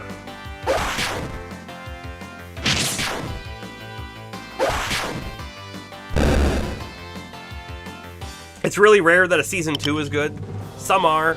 Most are very, yeah, most are disappointing. Well, I don't know. Here's the thing. I think if the same team that did the first season, and that means the writers, then the director, with the same animators, right? Then I think you end up with a pretty decent season 2. But when they change everything, that's when I feel like it's very hit or miss. And unfortunately with anime studios, it seems to me like a lot of times, I think what happens is the rights holder of the manga, right? Because they almost always come from a manga first. The rights holder of the manga contracts a studio to make a season. And they do.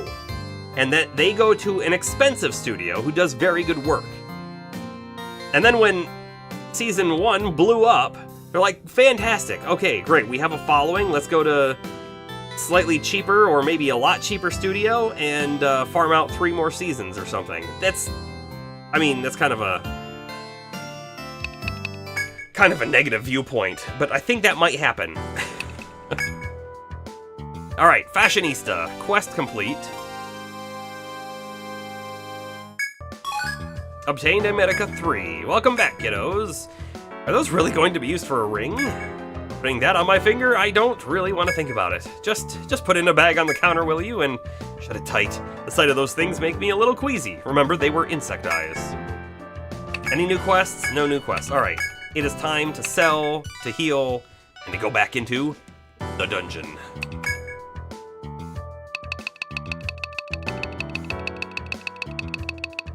How much money did we make on that? 354? Okay. I mean, that was easy. It was just level 1, 2, and a little bit of 3. Made decent money for really no risk, honestly. Okay. We'll sleep. Sure. All the way to morning. Sure.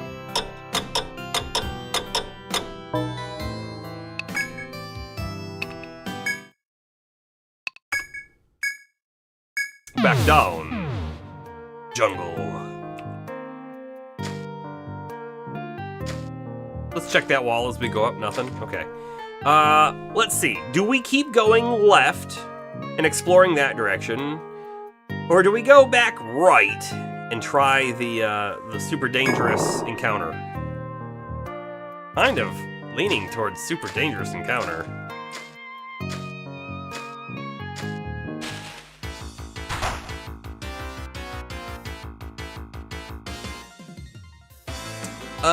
I'm a little confused. Our map looks wrong.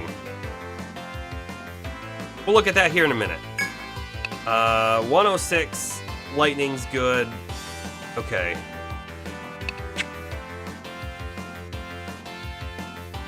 I don't want to use up a lot of TP on people, not to start with. But I will put a shock on Palmer.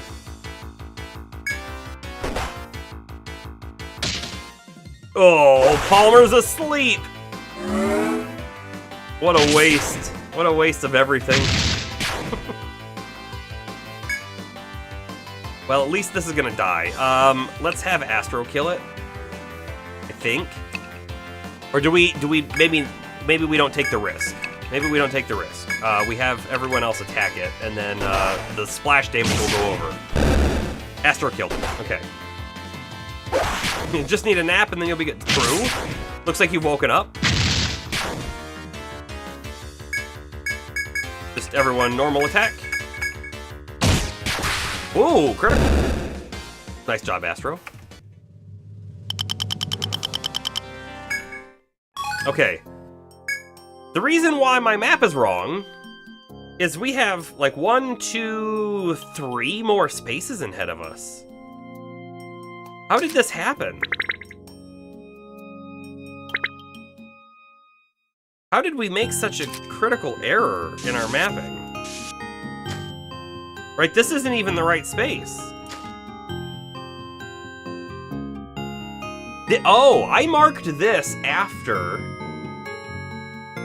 we actually died, correct? So I bet you what has happened here is our map data, we never mapped it because we walked forward and then we died, so it wasn't mapped. So I thought when we respawned in that it was mapped. Let's get rid of that. How do I get rid of that? I guess I gotta do this. Okay, it's gone for now. We'll replace it if we need to. Just double checking. Quick save. Oh. Ooh, how about a heal first on Violet? Quick save. Okay. We go forward. We do the thing. Plant the seed. Here come the bees! We know that there's a whole bunch of encounters coming, so I'm gonna hold off on using Tornado until we get to, like, wave 3, I think. Sounds like the right move to me. And I can't remember if we needed everyone to attack one bee or not, so I'm gonna split up the damage just a little bit. We missed with Violet. Of all people! Okay, Violet, you attack that one. Everyone else will attack the left one. Merc, you can cure Violet.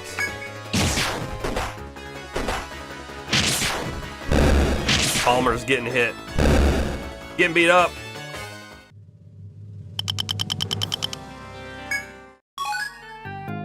Okay. Another wave of bees.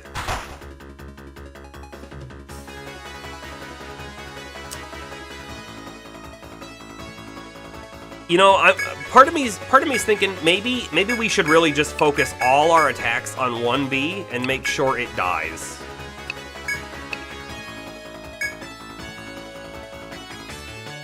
Did Merc regenerate his TP? Didn't we heal Violet last turn with Merc? I'm kind of confused about that. He's full.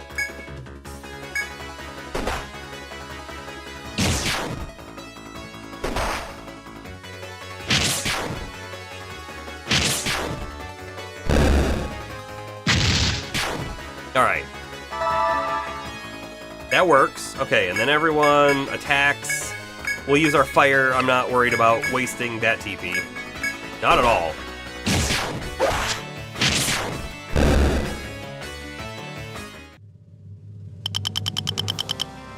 Okay. The bees attack again, this time with an extra enemy, and this is where Violet is now going to start using Tornado for some good splash damage. The bees do poison for a lot of damage. The other thing can put sleep on us, which is also bad. I'm kind of feeling like sleep is less bad than the poison, because the poison did like 40-some damage.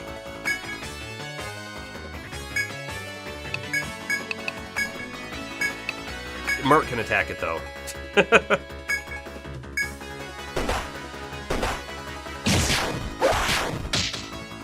Cerulen's asleep. That's not great. Here's the tornado. Splash damage. Good. 1B down. And the other one would have gone down had Cerulin not fallen asleep, of course.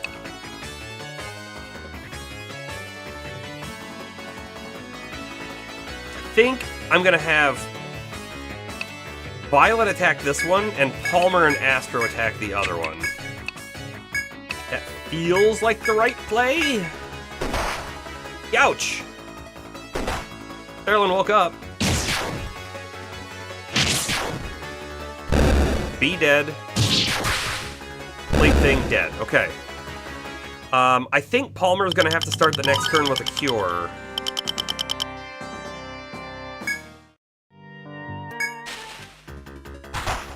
Yeah. Or Palmer starts with a provoke.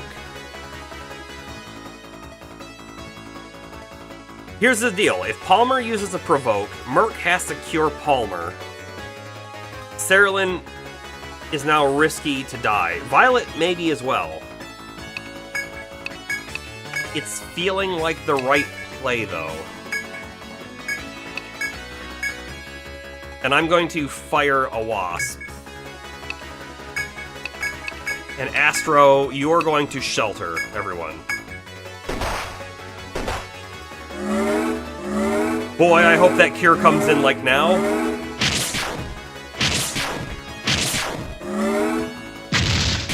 Cure's coming in last, I think. Oh no! Alrighty then.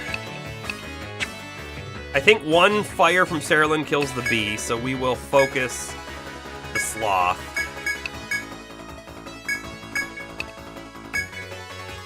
Yeah, Aegis failed us. We only have 1 point in it. It's surprising it has gone off as many times as it has. Astro bravery us, I guess. Whoa. I don't think they have another attack, though, so Violet should be saved.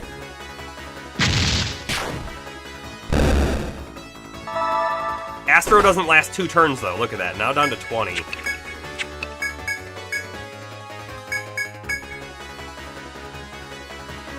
I think we have to ensure Astro lives, because if we kill it, and we don't heal Astro, there's a very large chance that there's another wave of enemies, right? We'll see. Okay, we killed it. No cure is coming in because of that. Okay, we got a couple level ups. Sloth. The bee's violent attack has finally ceased. Remembering the planted seed, you look again and see that it has blossomed into a flower. An exquisite blue flower you've never seen before has grown before your eyes. You carefully take the flower and head to town to plant it in the old man's garden. We do? Well, we have to leave now. we have to leave now. With Palmer down, we're at a huge disadvantage in the floor. I'm gonna put a note here that just says gold seed. Gold seed. Done. Just so we remember. I don't know if it's ever gonna come up again. Limping along, nah, you're good. I don't think that you are. I don't think so. We could use an Ariadne thread, or we could try to get back here. We might have one encounter, but one encounter without Palmer, I think we can handle. We might not even have one. Nope, we will. Okay. We should have healed Cerulin. What was I thinking? Tornado. Fire. Here too. You know what? It doesn't really matter. They all need life. Cerulin's asleep, of course.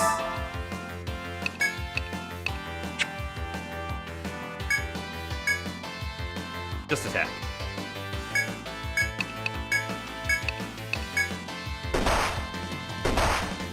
Whoa! Astro goes down. We're in trouble. Just a little bit of trouble.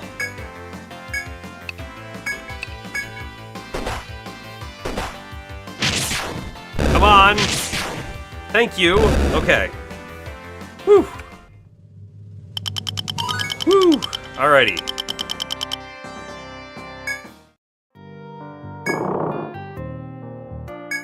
Please go back to town. You know what? We've had this this experience. Every floor that we hit, you know, except for floor 5, really. But it did feel like every floor we've hit, we've been like, wow, this is tough. And then it starts to be less tough. And we've definitely hit that exact thing again. Although this might be the toughest floor that we've hit. Although 2 may have been harder. 1 may have been harder too, because we were all level 1. Revive, Palmer, 170. Revive Astro, 180. Yeah, those are some expensive revives, but worth it. I mean, we have to. Steel Lump, do we have that on our thing? Yes. Okay, so we should have all of these. Stinger? We don't have Stinger. Cool. Amber Lump we do. Good. 209. Not enough to recover our revives, so... Chain Helmet. Oh, Nectar. I think that was the revive stuff, right? Resurrection. Yeah. Yep, we have that. Let's see. Oh, there's a lot of new looking stuff in here. Okay. So the Oval Aspis comes from Stingers. Defense goes up, Vitality goes down. The Chain Helmet we could make right now for more defense. Our Leaf Boot is defense and agility. Defense 1, agility 1. But we could go up 2 more defense. Maybe? 380? It's not crazy expensive, really. The Iron Glove seems to be decent defense as well. Looks like 3. Tiger Fur. I don't think we found Tiger Fur. Chain Boot as well. You know what? The Chain Boot is a better upgrade than the Chain Helmet. It's the same defense up, but we also get more agility. But we need Tiger Fur.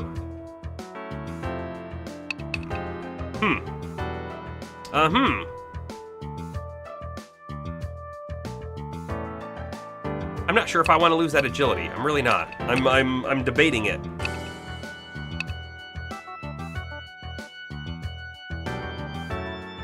I mean, look at this. Like, we technically have a slightly better agility boot over here, too.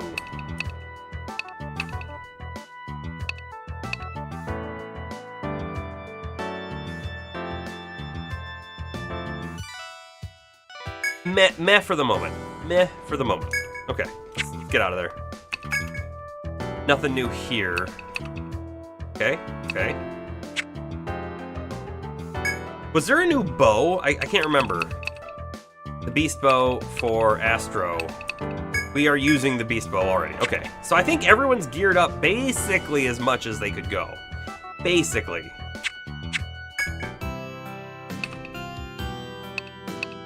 Check for new quests. I don't think there will be any. We do have to report our discoveries. The Sleep Gel and the Waspirier and the Sloth. Yep. Yeah, like, look at this. Fire magic has all of a sudden not paid off for the second Stratum. Both Ice and Thunder, on the other hand, very good. And the Electric again for the Waspirier. Spider was fire. Sloth was actually resistant to fire. So it's almost like we should have... It's almost like we should train up a new alchemist who is ice and lightning, or ice or lightning, you know? I don't really want to do that right now, but Therilyn's not going to pay off as much as she was. And then the Stinger was the only other new item. Okay. Sure.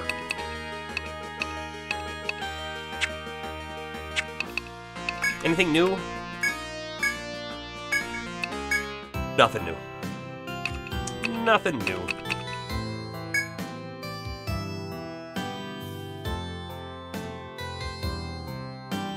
Let's nap. Let's go in there at nighttime and see if the jungle feels any different at nighttime.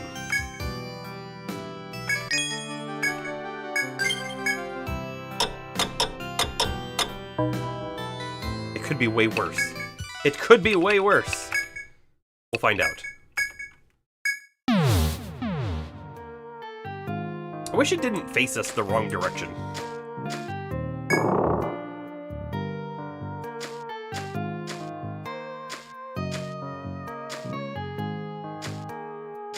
Time to do a little bit more mapping.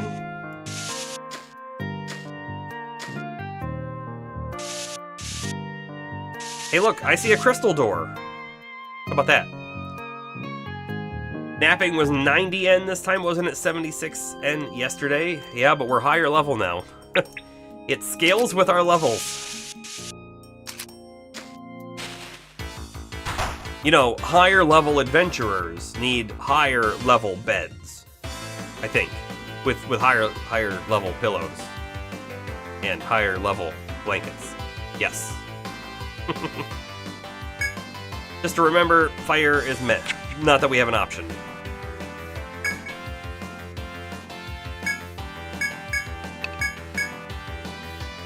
I'm just gonna have everyone wail on the first one, and we'll see how much damage we do.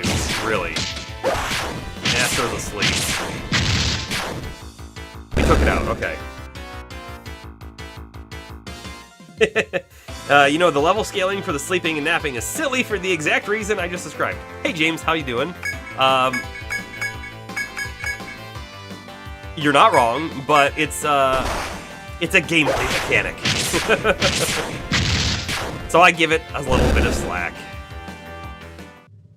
Astro took some pretty big hits there.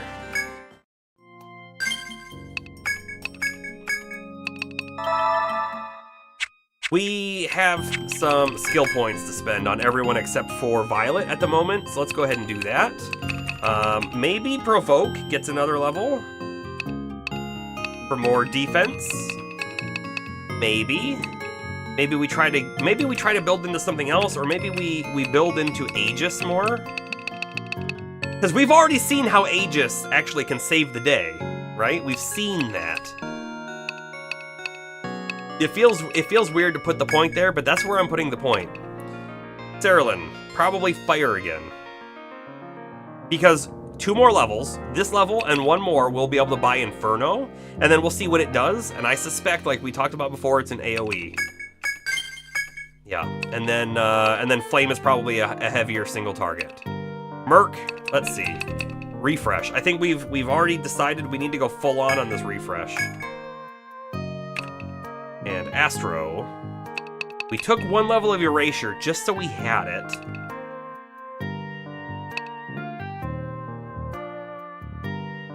Wow, wait, this increases the party's maximum HP.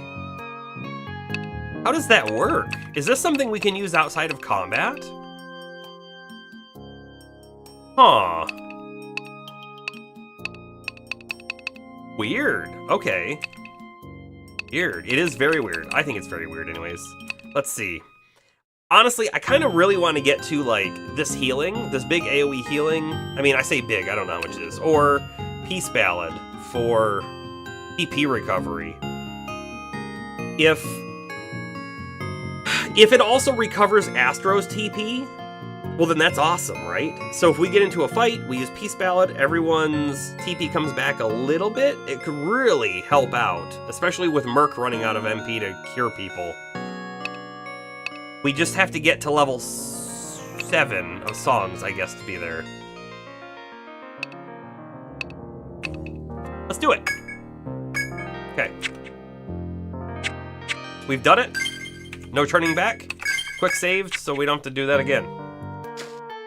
1, 2.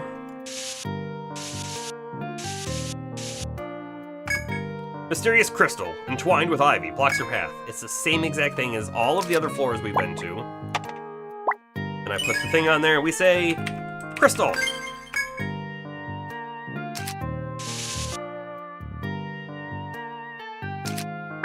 We haven't been there. Looks like a square.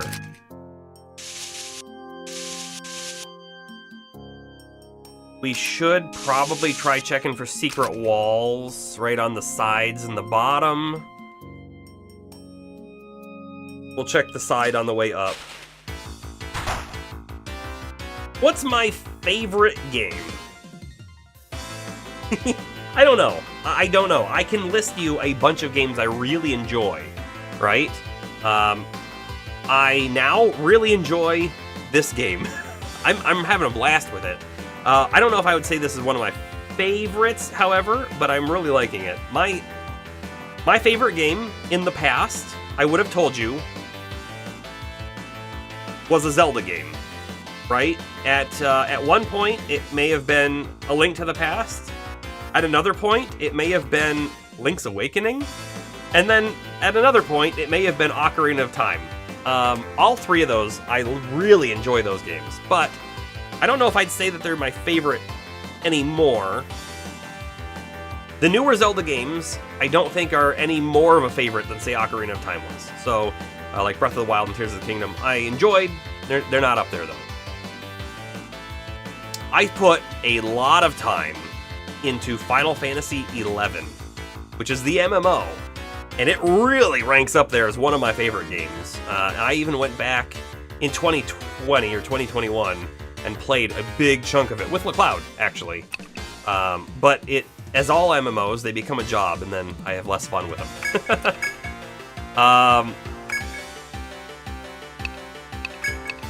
You know what, I think we need to take the Venom Gel out first. And then, let's see. There's another game that I've mentioned multiple times on the stream. We're going to play it on stream at some point. Undefined at this moment, though. Phantasy Star Online, which was also... It was not an MMO, but it was an online game, and you had to pay an online subscription to play it online, but you could also totally play the game offline, single player, or up to 4 people, co-op, couch co-op, which was awesome. I did that a lot. We had a lot of late nights around at different friends' houses all playing this game. We're going to play it on stream, and when we play it on stream, it will be open for people to join in. The real thing, though, is I'm not sure how we're going to do it yet. So, LeCloud and I, we've played it before. There's a computer version called Blue Burst, okay? You can download it and play it, and we can connect to a private server. And we were connecting to the Etrian server, which works, but it has a mob desync issue. So before we jump into that on stream, I'm going to look into another way to simulate local LAN co-op to see if we can get around the mob desync issue. And what I mean by that is you'd be in a room and there'd be 3 enemies, and you and your partner would each see 3 enemies, but they would be in different parts of the room, doing different things. One might be attacking you, or on your screen, all 3 enemies might be attacking your friend, but they're not actually getting hit on their screen. So it's kind of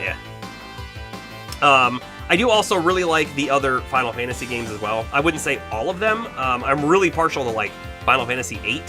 I think Final Fantasy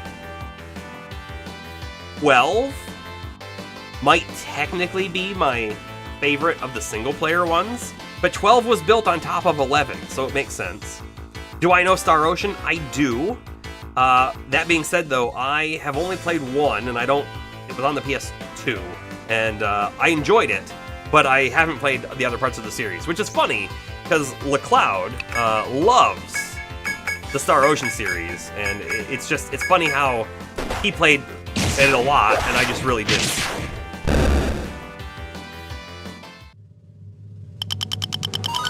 Boom. Another game that ranks up there as a potential favorite is Minecraft. I really enjoy Minecraft. I've played a lot of Minecraft as well, and I even had a YouTube channel making YouTube videos for Minecraft for quite a while, for just over a year. It's the Merc Serene channel on YouTube, in case anyone wants to check it out. It's still there. It all still exists. It's not going anywhere. And one day we may get back to it when I have more time. I bought Minecraft when it was in its like just barely released browser version alpha, and it was like an addicting game right away for me. And then ever since then, it's just you know, blown up, became even bigger and more. Darth is here. We're talking right now about favorite games. And I'm having the hardest time listing a single game, but I am listing a bunch of the games I enjoy as favorites. And speaking of Darth, with his favorite games being Pokemon games, almost certainly, I definitely have a Pokemon game or two that would rank in my favorites as well. And when I say that, though, it's all early gen stuff. But I've spent the most amount of time in early gen, like Pokemon Blue, or right now with me replaying Pokemon Crystal. I'm just like loving it. However, of the new stuff, you know, I've talked about this before. I have Pokemon Violet right here, even right here on my desk. However, after playing Pokemon Violet and reviewing a little bit of like the gameplay from Legends Arceus, I think Legends Arceus was a higher internal ranking myself. I think I liked it better than say the new one. Oh, Pokemon's not your favorite. Oh, Darth, what is your favorite then? I'm shocked. With the Legends Arceus game, it doesn't rank in my favorite games, but of the newer Pokemons, I liked it better for various reasons. But I feel like the core gameplay loop of that game was great. Now, I wish it had some of the more core concepts of like gym battles and random trainer battles and the Elite Four and that kind of stuff. I feel like those are core Pokemon features that are clearly missing from that game, but I really enjoyed it. Dreamland, you're a Pokemon Blue player as well? That's awesome. Yeah, I had Blue, and my cousin had Red, so we were able to trade all the different Pokemon back and forth. And then I got Yellow. I never had Red. However, I do technically have it now because I bought it on like the 3DS or something years later, of course. But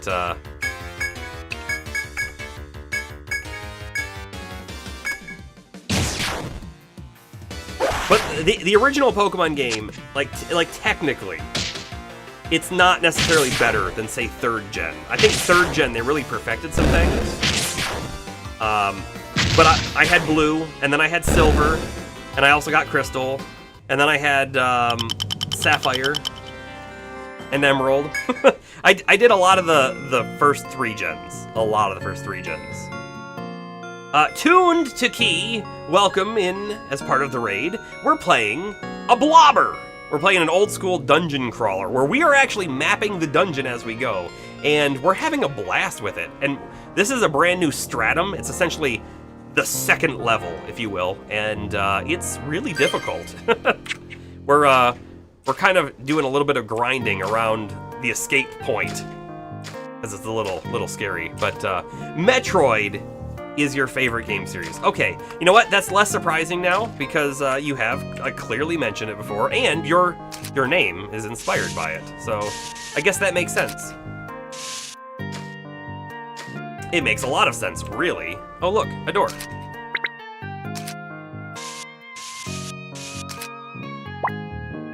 An open door. I think we should check it out. Jak and Daxter, one of your favorites. While I enjoy, like, Jak and Daxter, the same vein, the same game type, if you will, Ratchet and Clank is my kind of go-to. And if you haven't played the Ratchet and Clank that came out on the PS5, I totally recommend it. It's very much in the same vein of the old games, but, like, expands upon things, and they have a lot of callbacks to the old games.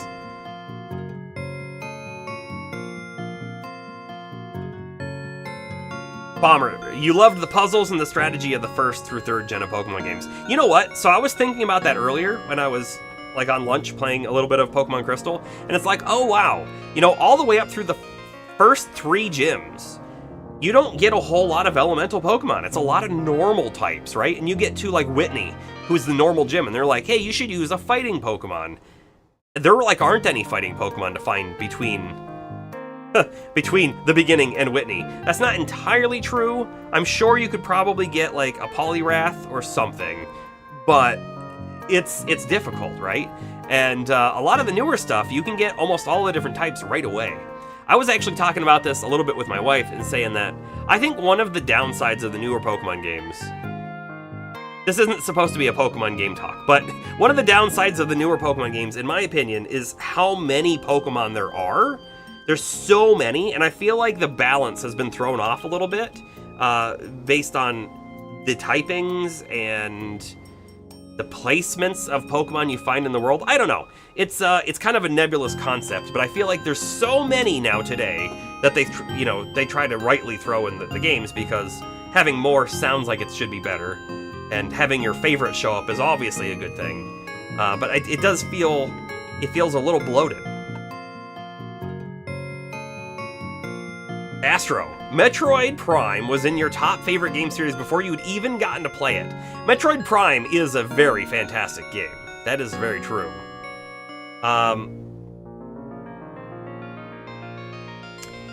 Yeah, you know what, Darth? Speaking of Pokemon reeling in viewers, I definitely get more viewers, I think, as well. Maybe not more, but there are definitely people who show up to our stream when I stream Pokemon who don't show up to these games, and that's fine. I think we're always on my channel. I'm gonna always play the game I want to play, and that's why we're playing this one right now.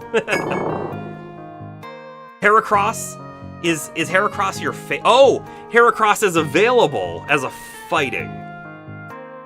Ah, okay. Okay, but see, like, that's the thing, right? In some of the newer games, you might have a whole bunch of fighting options. Whereas this one, you might have like one, and it's kind of a tricky-ish one to find. Which I like. I really, really like that. And Crystal, or the second gen, was like the first gen to introduce the time difference. So at morning, there's some different Pokemon out than at night. And that's been really fun to play around with as I've been going through. Also, I don't like this encounter. Look how much poison. Oh. Spiders might not poison, but they have paralyze. Yikes. Okay. Yikes. Hold on. I'm gonna have Violet, Tornado to hit them all, and then we're gonna have everyone else focus the Venom Gel except for Cerulean because the spiders are weak to fire. Part of me is thinking Astro should use a song too, but I'm not going to. In Heart Gold and Soul Silver, though, it has Brick Breaker. Yeah, and this kind of goes back to what we were talking about before with the.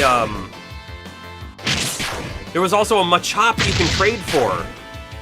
Oh yeah, there wasn't there? I remember seeing that. I just saw it like 2 days ago, and then I forgot about it. But you're right, it's totally there. I don't remember what you have to trade though. It was like a Geodude or something, right? It wasn't anything crazy.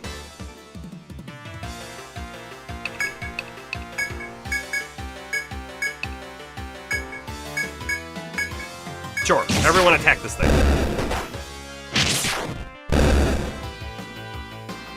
And Abra is available too. That's very true. It's just Abra's hard to catch. Although if you have like an Ekans with Wrap, right, you might be able to get it nailed down or locked in, or if you sleep it, you might be able to get it to stay, stuff like that. I really like those sort of concepts. But speaking of like the emulator ROM hacks that we talked about, when I read a lot of them, they're like, we kept it true to the original game, but we added these things and changed these things. And Heart Gold and Soul Silver kind of do that as well, to an extent, probably a lesser extent, honestly, but I played through Soul Silver when, I guess years ago at this point, but I really enjoyed the Soul Silver playthrough I did.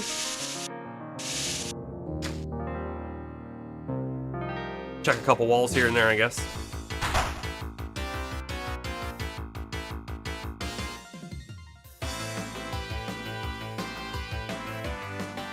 Bomber says, the more that you learn about the new Pokemon games, the more you realize the more fun they are, the less you know about them.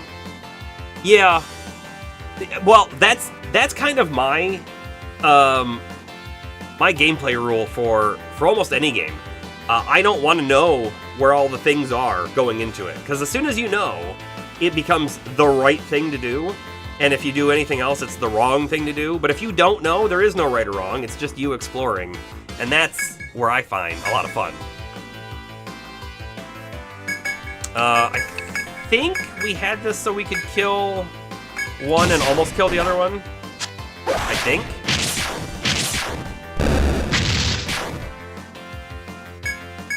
And I think we can just attack now. Abra's great in Gen 2. 3 elemental punches being on TMs. Yeah, they are. But there's some bugs in the original Gen 2 as well, like the way fastballs work, right? Fastballs are supposed to work on multiple different types of Pokemon, and I'm pretty sure they only work on 3 Pokemon, like Grimer and 2 other Pokemon or something like that. It's weird. It's weird stuff. And that's a coding error, by the way.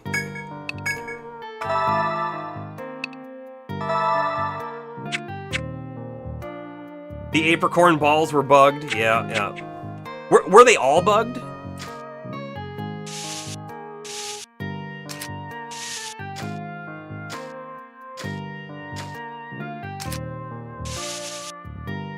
Ooh, a door. That's neat to see down here. They were fixed in Heart Gold and Soul Silver. Yeah. As they really should be, I guess.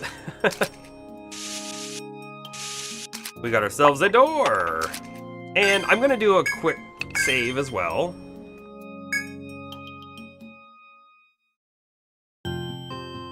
The whole apricot Pokeball system didn't work.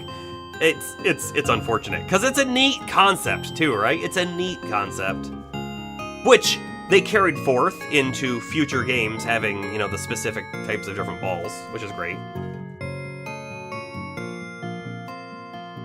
They might not all have been bugged, but a lot of them had weird issues. Yeah. All right, what's through this door? Ooh, a gather spot. This feels like a trap. We've got like 3-ish spots. Oh, we should check to see if we can pop through the wall here too. Whoa! I don't like seeing a sloth in normal encounter here. Not at all.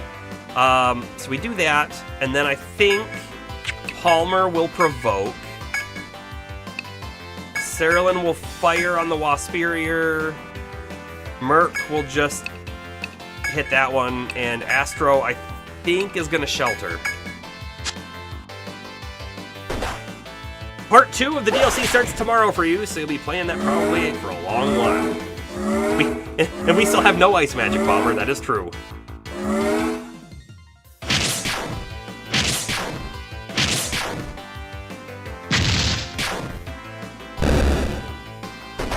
Shred on Palmer, wow. Also, this guy is resistant to fire, so we don't even want to use Cerulean on it if we don't have to. Cleaver, you can actually attack this turn. I think you'll live with Merc's Cure coming up.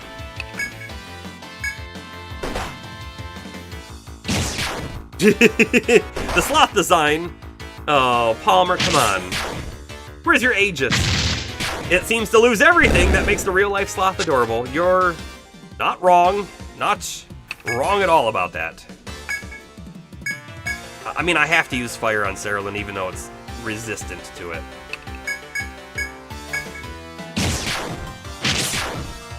Okay, we won. Yeah, and it does, that's what I was saying. I thought it looked like an ape mixed with a bear. I still kind of do think it looks like that. Check there. Okay, here's our corner. We can't stay in here too much longer. Now that Palmer's gone, we kind of got to book it. But we had a mining point. Hey, our miner is Palmer. Do you think we can mine when he's dead? Can. White stone. Thin shell. That's a new item. Perfect. Okay. Do we also have a secret way to get back out of here quickly? No, of course not. Indigo Disc's gonna be an interesting experience. You're both eager and nervous to see what awaits you. Well, I mean, it's more Pokemon, so it shouldn't be terrible, right? It should be pretty good because of that. I'm looking forward to it as well, but I'm gonna be a little bit longer. I've said this before, right? I'm not super interested to play it immediately, so that's one thing for me. And then the other thing is, I don't know that I want to play it when everyone else is playing it right on release, so I'll wait. Palmers can mine in their sleep, apparently, yes. Our HP and stuff is alright. I am very worried. I'm very worried about making it back. We have the Ariadne thread. I could just use it right now. If we lose someone else, we're Ariadne threading out of here. And then you've got something for the journey. All right. We'll definitely let you know. I mean, you'll know. You'll know when I start. It's gonna be a few games though. I at least want to finish probably this game and Judgment, that one.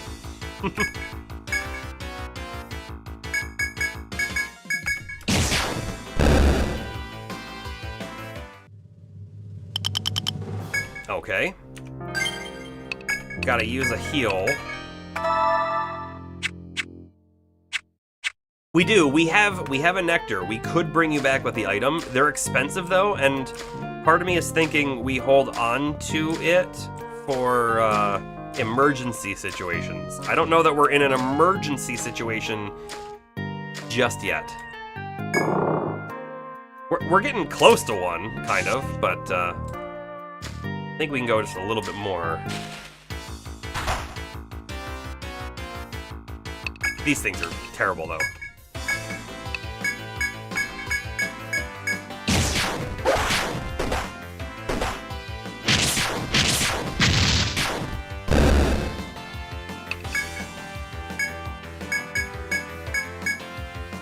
Let's go back to Merc and do a cure on Violet. Ooh, that's our last cure, too.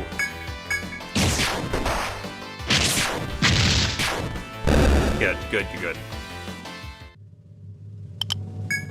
I'm still gonna pop that cure too, though, right now.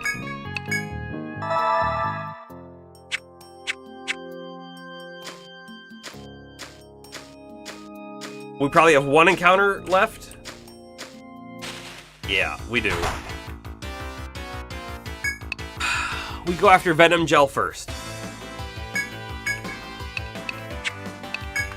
Man, everything here, like, look, they're not resistant or weak to fire, but they are to both the other elements. It just feels like we need a different element coming on now for an alchemist. So we might have a new alchemist coming into play sooner than I really was hoping.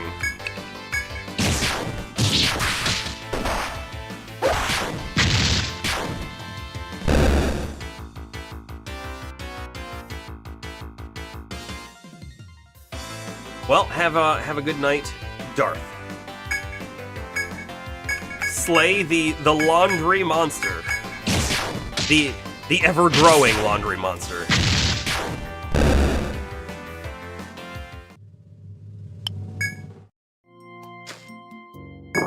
So, do you think that we have recapped enough magic? Or sorry, do you think we have recapped or recouped enough money to pay for the resurrection of Palmer? I hope so. Palmer's resurrection costs 180.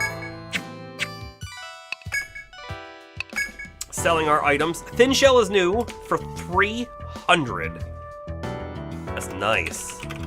That was from the mining point.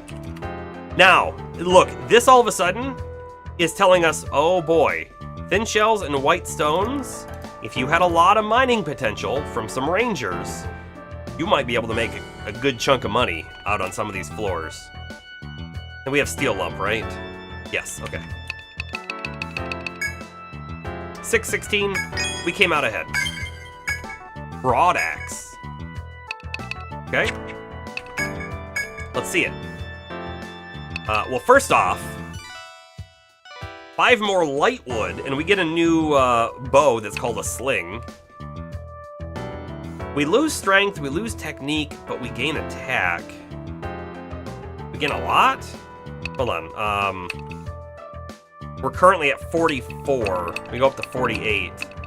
Yeah, I mean, it's an upgrade.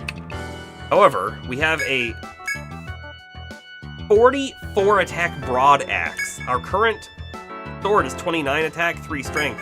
The problem is we are trained in swords and not axes. And this one's even better, the battle axe. Look at that. So we go from 59 attack up to a potential of 71 or 85. Whoa. Okay, that's something. Check the other stuff. Chainmail, one more stinger. It looks interesting. The hauberk. Like I was saying before, I really wish we could see what the stats were before we were able to craft it. Because, like, I'm looking at this hauberk. Oh, and we can't wear it. I see. It's a merc type item. 22 defense up to 30. That's awesome. Steel lumps. We need those. Nothing new in the accessories. Nothing new in the items. You vote that we make the character named Elric. We could. Yeah, we could. Maybe we do it right now even. I'm not going to use it yet. I haven't fully decided to, like, set Cerulean aside, you know? And here's the deal. If we train a new character, I'm going to train more than one character. We'll take him down to not the second stratum, but maybe the like floor 5. And hopefully we can use Violet and Palmer to just, like, annihilate enemies and supercharge some new characters. Something like that. Alchemist. Alright, which picture do you want for Elric? I'm guessing probably picture 1 or picture 3. If I had to guess.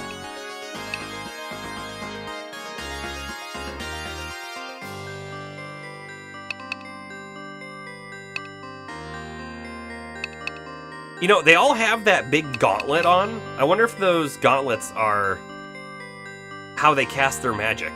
Like, look, from there, they kind of look like Iron Man hands. You vote number 3, okay.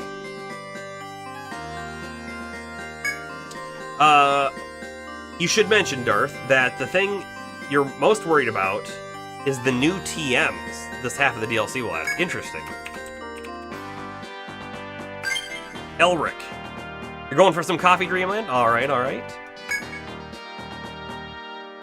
Elric created. Now we have Elric ready.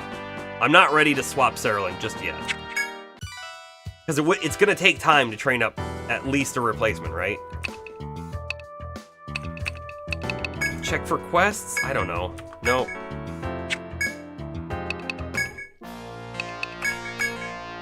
We didn't have anything to report there. We did have something to report there. Okay. I think we're set, right? We don't have any extra items on us. Nope. Nope. Sleep.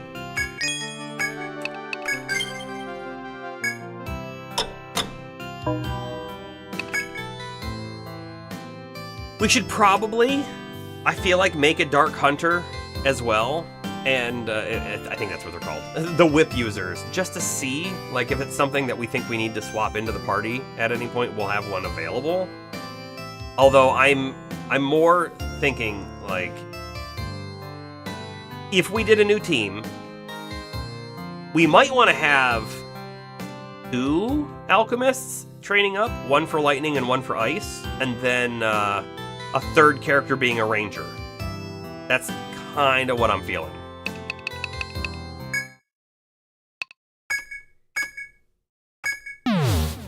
Is it weird to anyone else, by the way, that we're out here just exploring the floors and we haven't gotten a new mission? Part of me feels like we should have a new mission.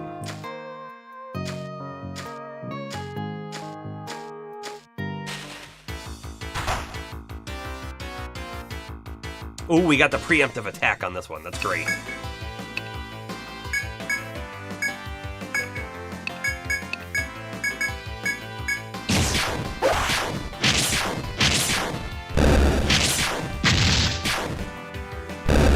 Nice. I mean, even though fire, they don't resist it. They're not weak to it. The fire still does good damage. It's still 55 damage. Not bad, right? Light wood. We needed that. And a mugwort. What a terrible thing to find all the way down here.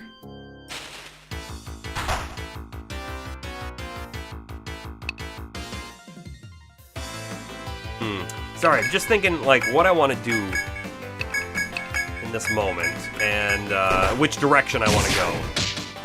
We can go down from where we are right now, or we can go left and down.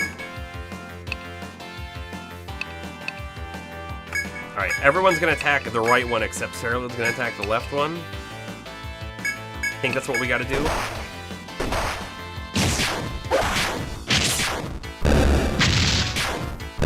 Okay, good. Yeah, but so back to the elemental thing, right? So Sarah's doing really good damage. Can you imagine how much more damage she'd be doing if it was ice or lightning? Right? That's the thing. Also, I think we can safely draw that bit of the map, even though we haven't been over there. But this is what I was saying. We could come over here and explore down, but now that I'm looking at it, this looks like a dead end. Right? It would come down here and then there's nothing there. There could be a chest. This looks like the way to go, unless we have to go up that way with all the foes, which is then terrifying. Let's go check the left path first.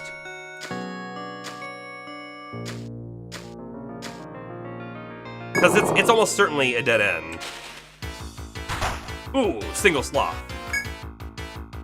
What's your element again? Ice. I was thinking of using shock from Astro, but it just doesn't make sense. Cleaver, we will still provoke.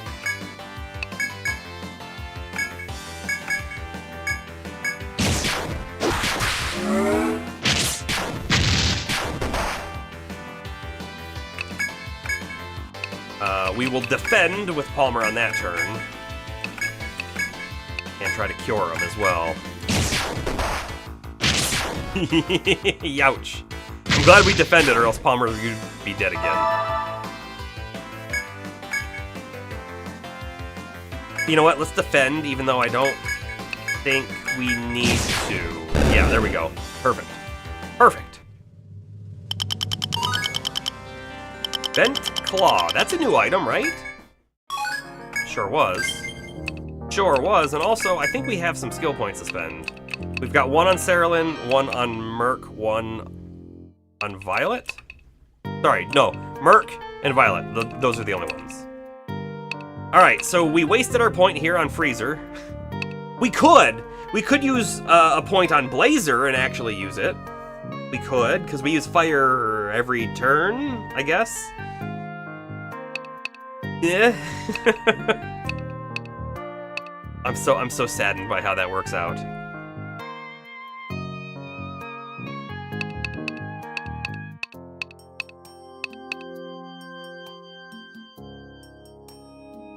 Really, like all slash, a sword skill that hits a group of enemies 2 to 4 times.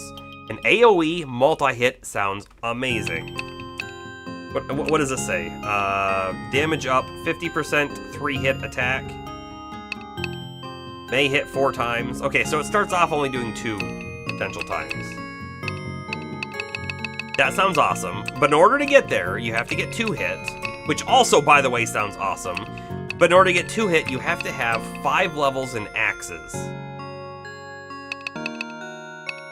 We could start pumping points into axes. We know there are some very high damage axes coming up.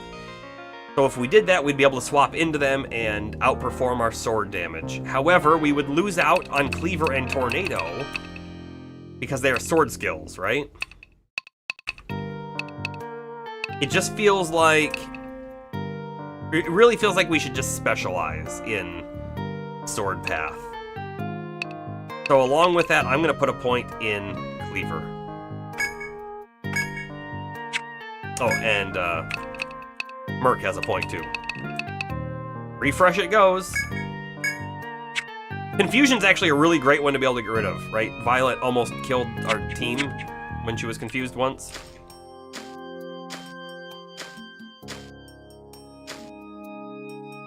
All right, let's map this in.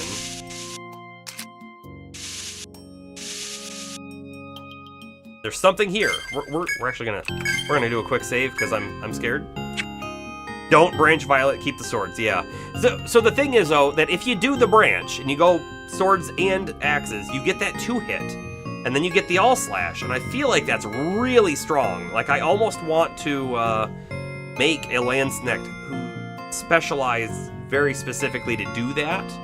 I wouldn't put any points in the abilities. I would just put the points right in 5 in sword, 5 in axe, put it into the double hit, put them into the all slash, and then max out double hit and all slash, and then figure out other things. But that's like a really far away sort of concept. This is a take spot. Frost seed. Ooh. Mint leaf. 2 new items.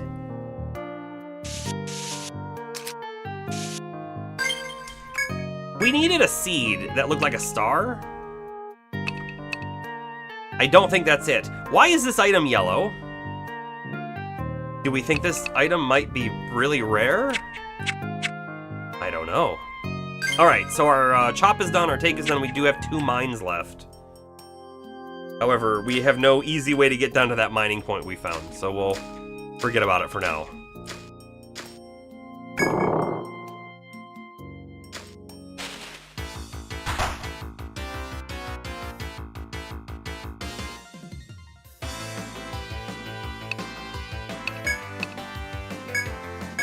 Everyone can just attack this thing, it's fine. Any extra damage will splash over to the other one.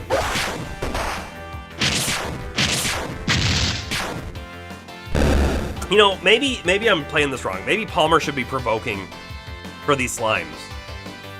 I hate seeing that extra damage go onto the back line.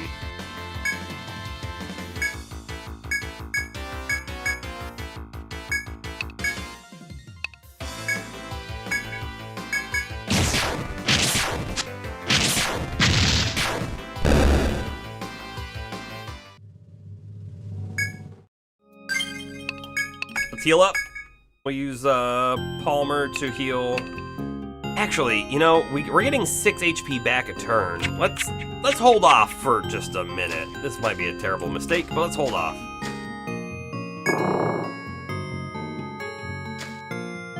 I do think... Oh, I think I saw a F.O.E, by the way. I think that patch up on a medic is very strong, and something that maybe we should have maxed out before going into this refresh skill. Okay, so like I said, Palmer, you're going to provoke this turn. Sarah already asleep, which is fantastic. In fact, she might die. Let's go ahead and throw the cure on her.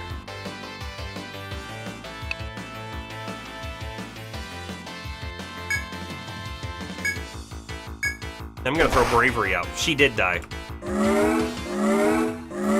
Gross. And now Merc's gonna waste his TP trying to cure her. I really wish that it was like, oh, she's dead, I'm gonna cancel my action. You know, just count it as a wasted turn. Don't try to cast the spell, though.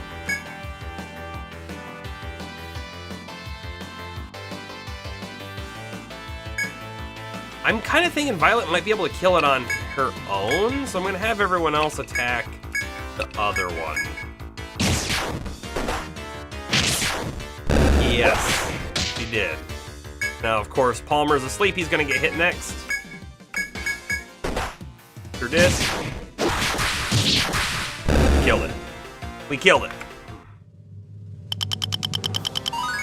Level up on Astro. Astro, doing well. Palmer will cure himself. We'll leave the others as they are. Let's do a quick save. Even though Carolyn's dead. And it's super sad. Ah! What do we got? 1, 2, 3, at least 3.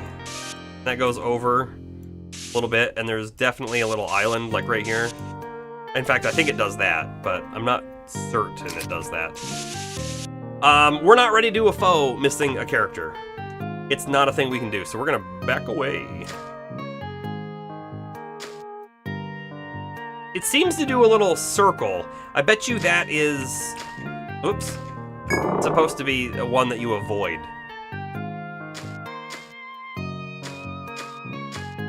We've got to go back to heal, though.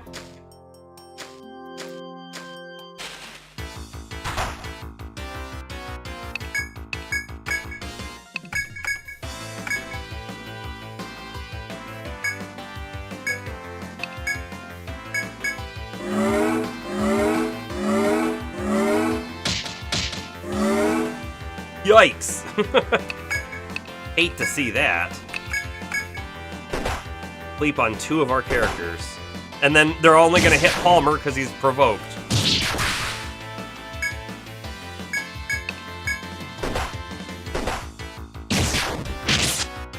Oh, you missed, Palmer. Come on. 11. I think Palmer's going to go down. Because we're not going to get that cure off before it attacks. Almost certainly.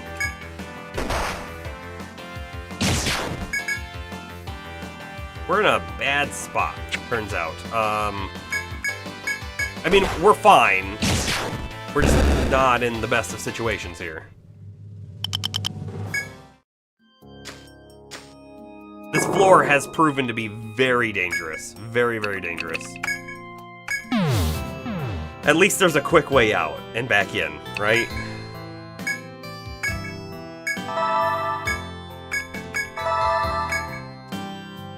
$180 for each of them. Oof. Okay. Sell some things. The cross seed, $150. Part of me, because it's yellow, part of me's wondering, should we hold on to this? I don't think I'm going to, because it might unlock something amazing from like the apothecary or something. Oh, and mint leaf is 41.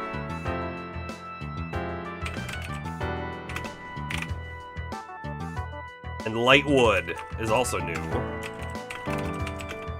Yeah, 32. And bent claw is new as well. Wow, we found a lot of new stuff.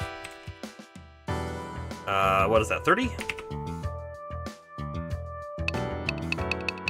Please don't regret selling that one item. The nail whip. The blaze oil. Oh.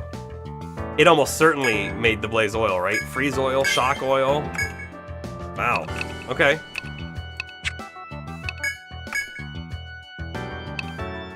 So the nail whip is attack 38.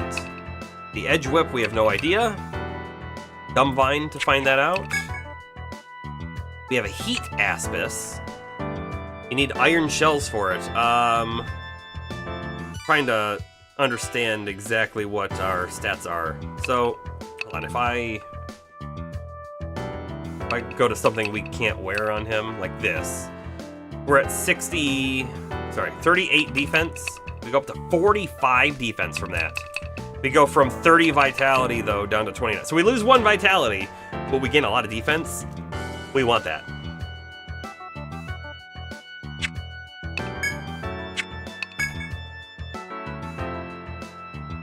Blaze oil, freeze oil, and shock oil. Now, this, honestly, this is what I thought Violet's skill was going to do, right? I thought it was going to essentially give us an elemental sword attack. And it does, it has to follow the element. Whereas these just imbue your weapon with that element. I think these are going to be important for foes.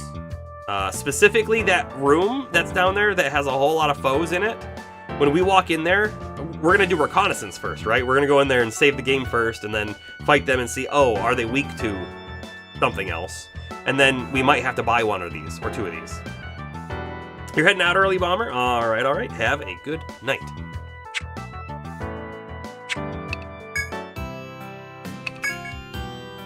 Oops, not revive, buy. The Medica 3 is now purchasable. Well, no, we need more crab apples, okay. Also, hold on, Theriaca B. We need one more star seed. We haven't even found a star seed. And unfortunately, we need 5, I think, for a quest. Unfortunate.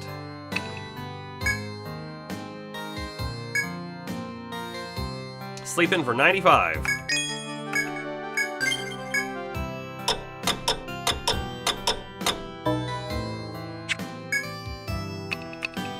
Let's turn in our discoveries. No new monsters, but we do have new items. Perfect. Double check them, see if there's anything interesting. I don't think so. The cross seed is way down here, though.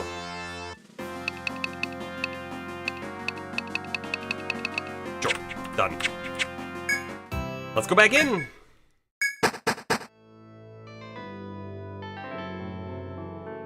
I got ahead of myself and clicked too early.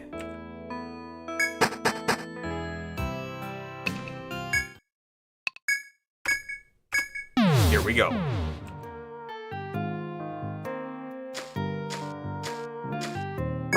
I would love to check out the F.O.E. that's down south in this loop over here, but I think we're gonna go north first and do that little bit of reconnaissance that I was talking about. Can we handle one of these guys? They're in bad spots. I'm gonna move into this one. A cutter. This seems pretty nasty. Pretty nasty indeed.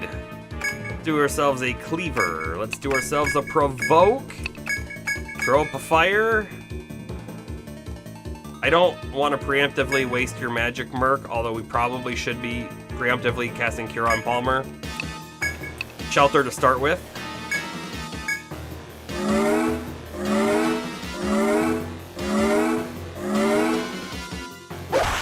Merc attacks for almost no damage. Palmer uses Provoke. Wow, we're actually going before this thing does. Fire only did 31. Violet is terrified. Merc is we've never seen Terrify before. Can I see what it does? I was thinking it would show here, because it's a debuff, right? But it's not showing here. Okay, Terror probably means you're not going to attack, if I had to guess. We'll find out. Go ahead and do another Cleaver. Palmer, you know what? You're going to attack this turn. Bravery.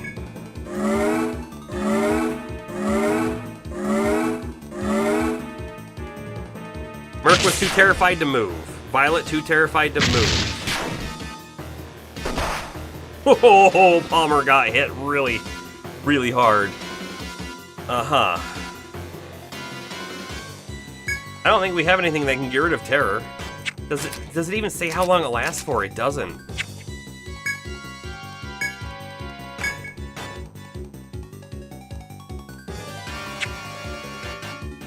I was hoping to see on the map the other enemies to see if they were gonna possibly hit us. I have a feeling Merc cannot cure this turn, so we're gonna cure with Palmer. I don't know, just attack again. I want to throw shock on someone. Probably Astro, because it doesn't feel like it's gonna work on anyone else. Palmer's dead. That's really bad.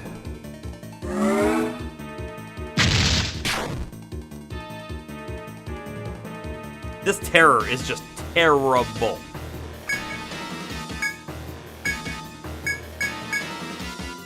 I wish we knew how to get rid of it, you know what I mean? And in fact, like, now I'm kind of curious, what level of refresh do we need to get rid of terror? I feel like it might have been level 6. But not that we could use it anyway, because he's terrified.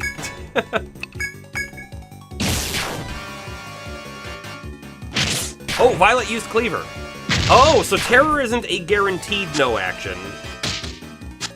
Jeez. Okay. Saralyn now also not going to take action, probably.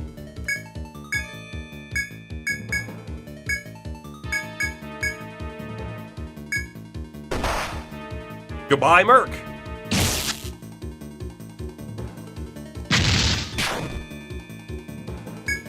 I don't think there's a way we win this. He's almost at half-life, but... just our odds of even hitting right now because of the terror are super low. Although Violet's cured of it. I mean, Violet's gonna die. We have no healing unless we use an item. Use the item. We could try it.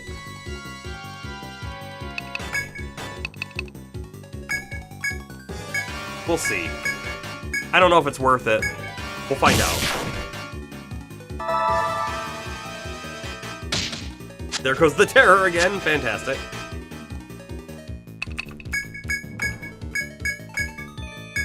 If we somehow beat this thing, I'm gonna be shocked. Okay, Saralyn's now dead.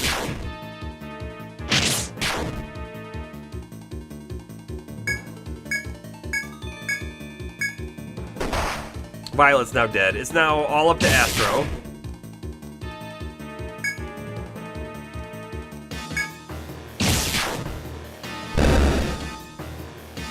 Wow. Okay. Jeez. Sorry, my eye is starting to bother me.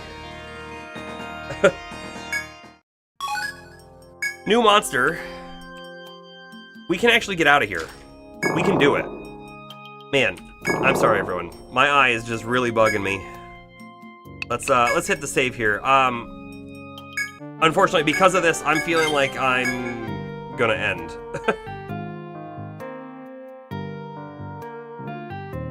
Yar, Pirate Merc here.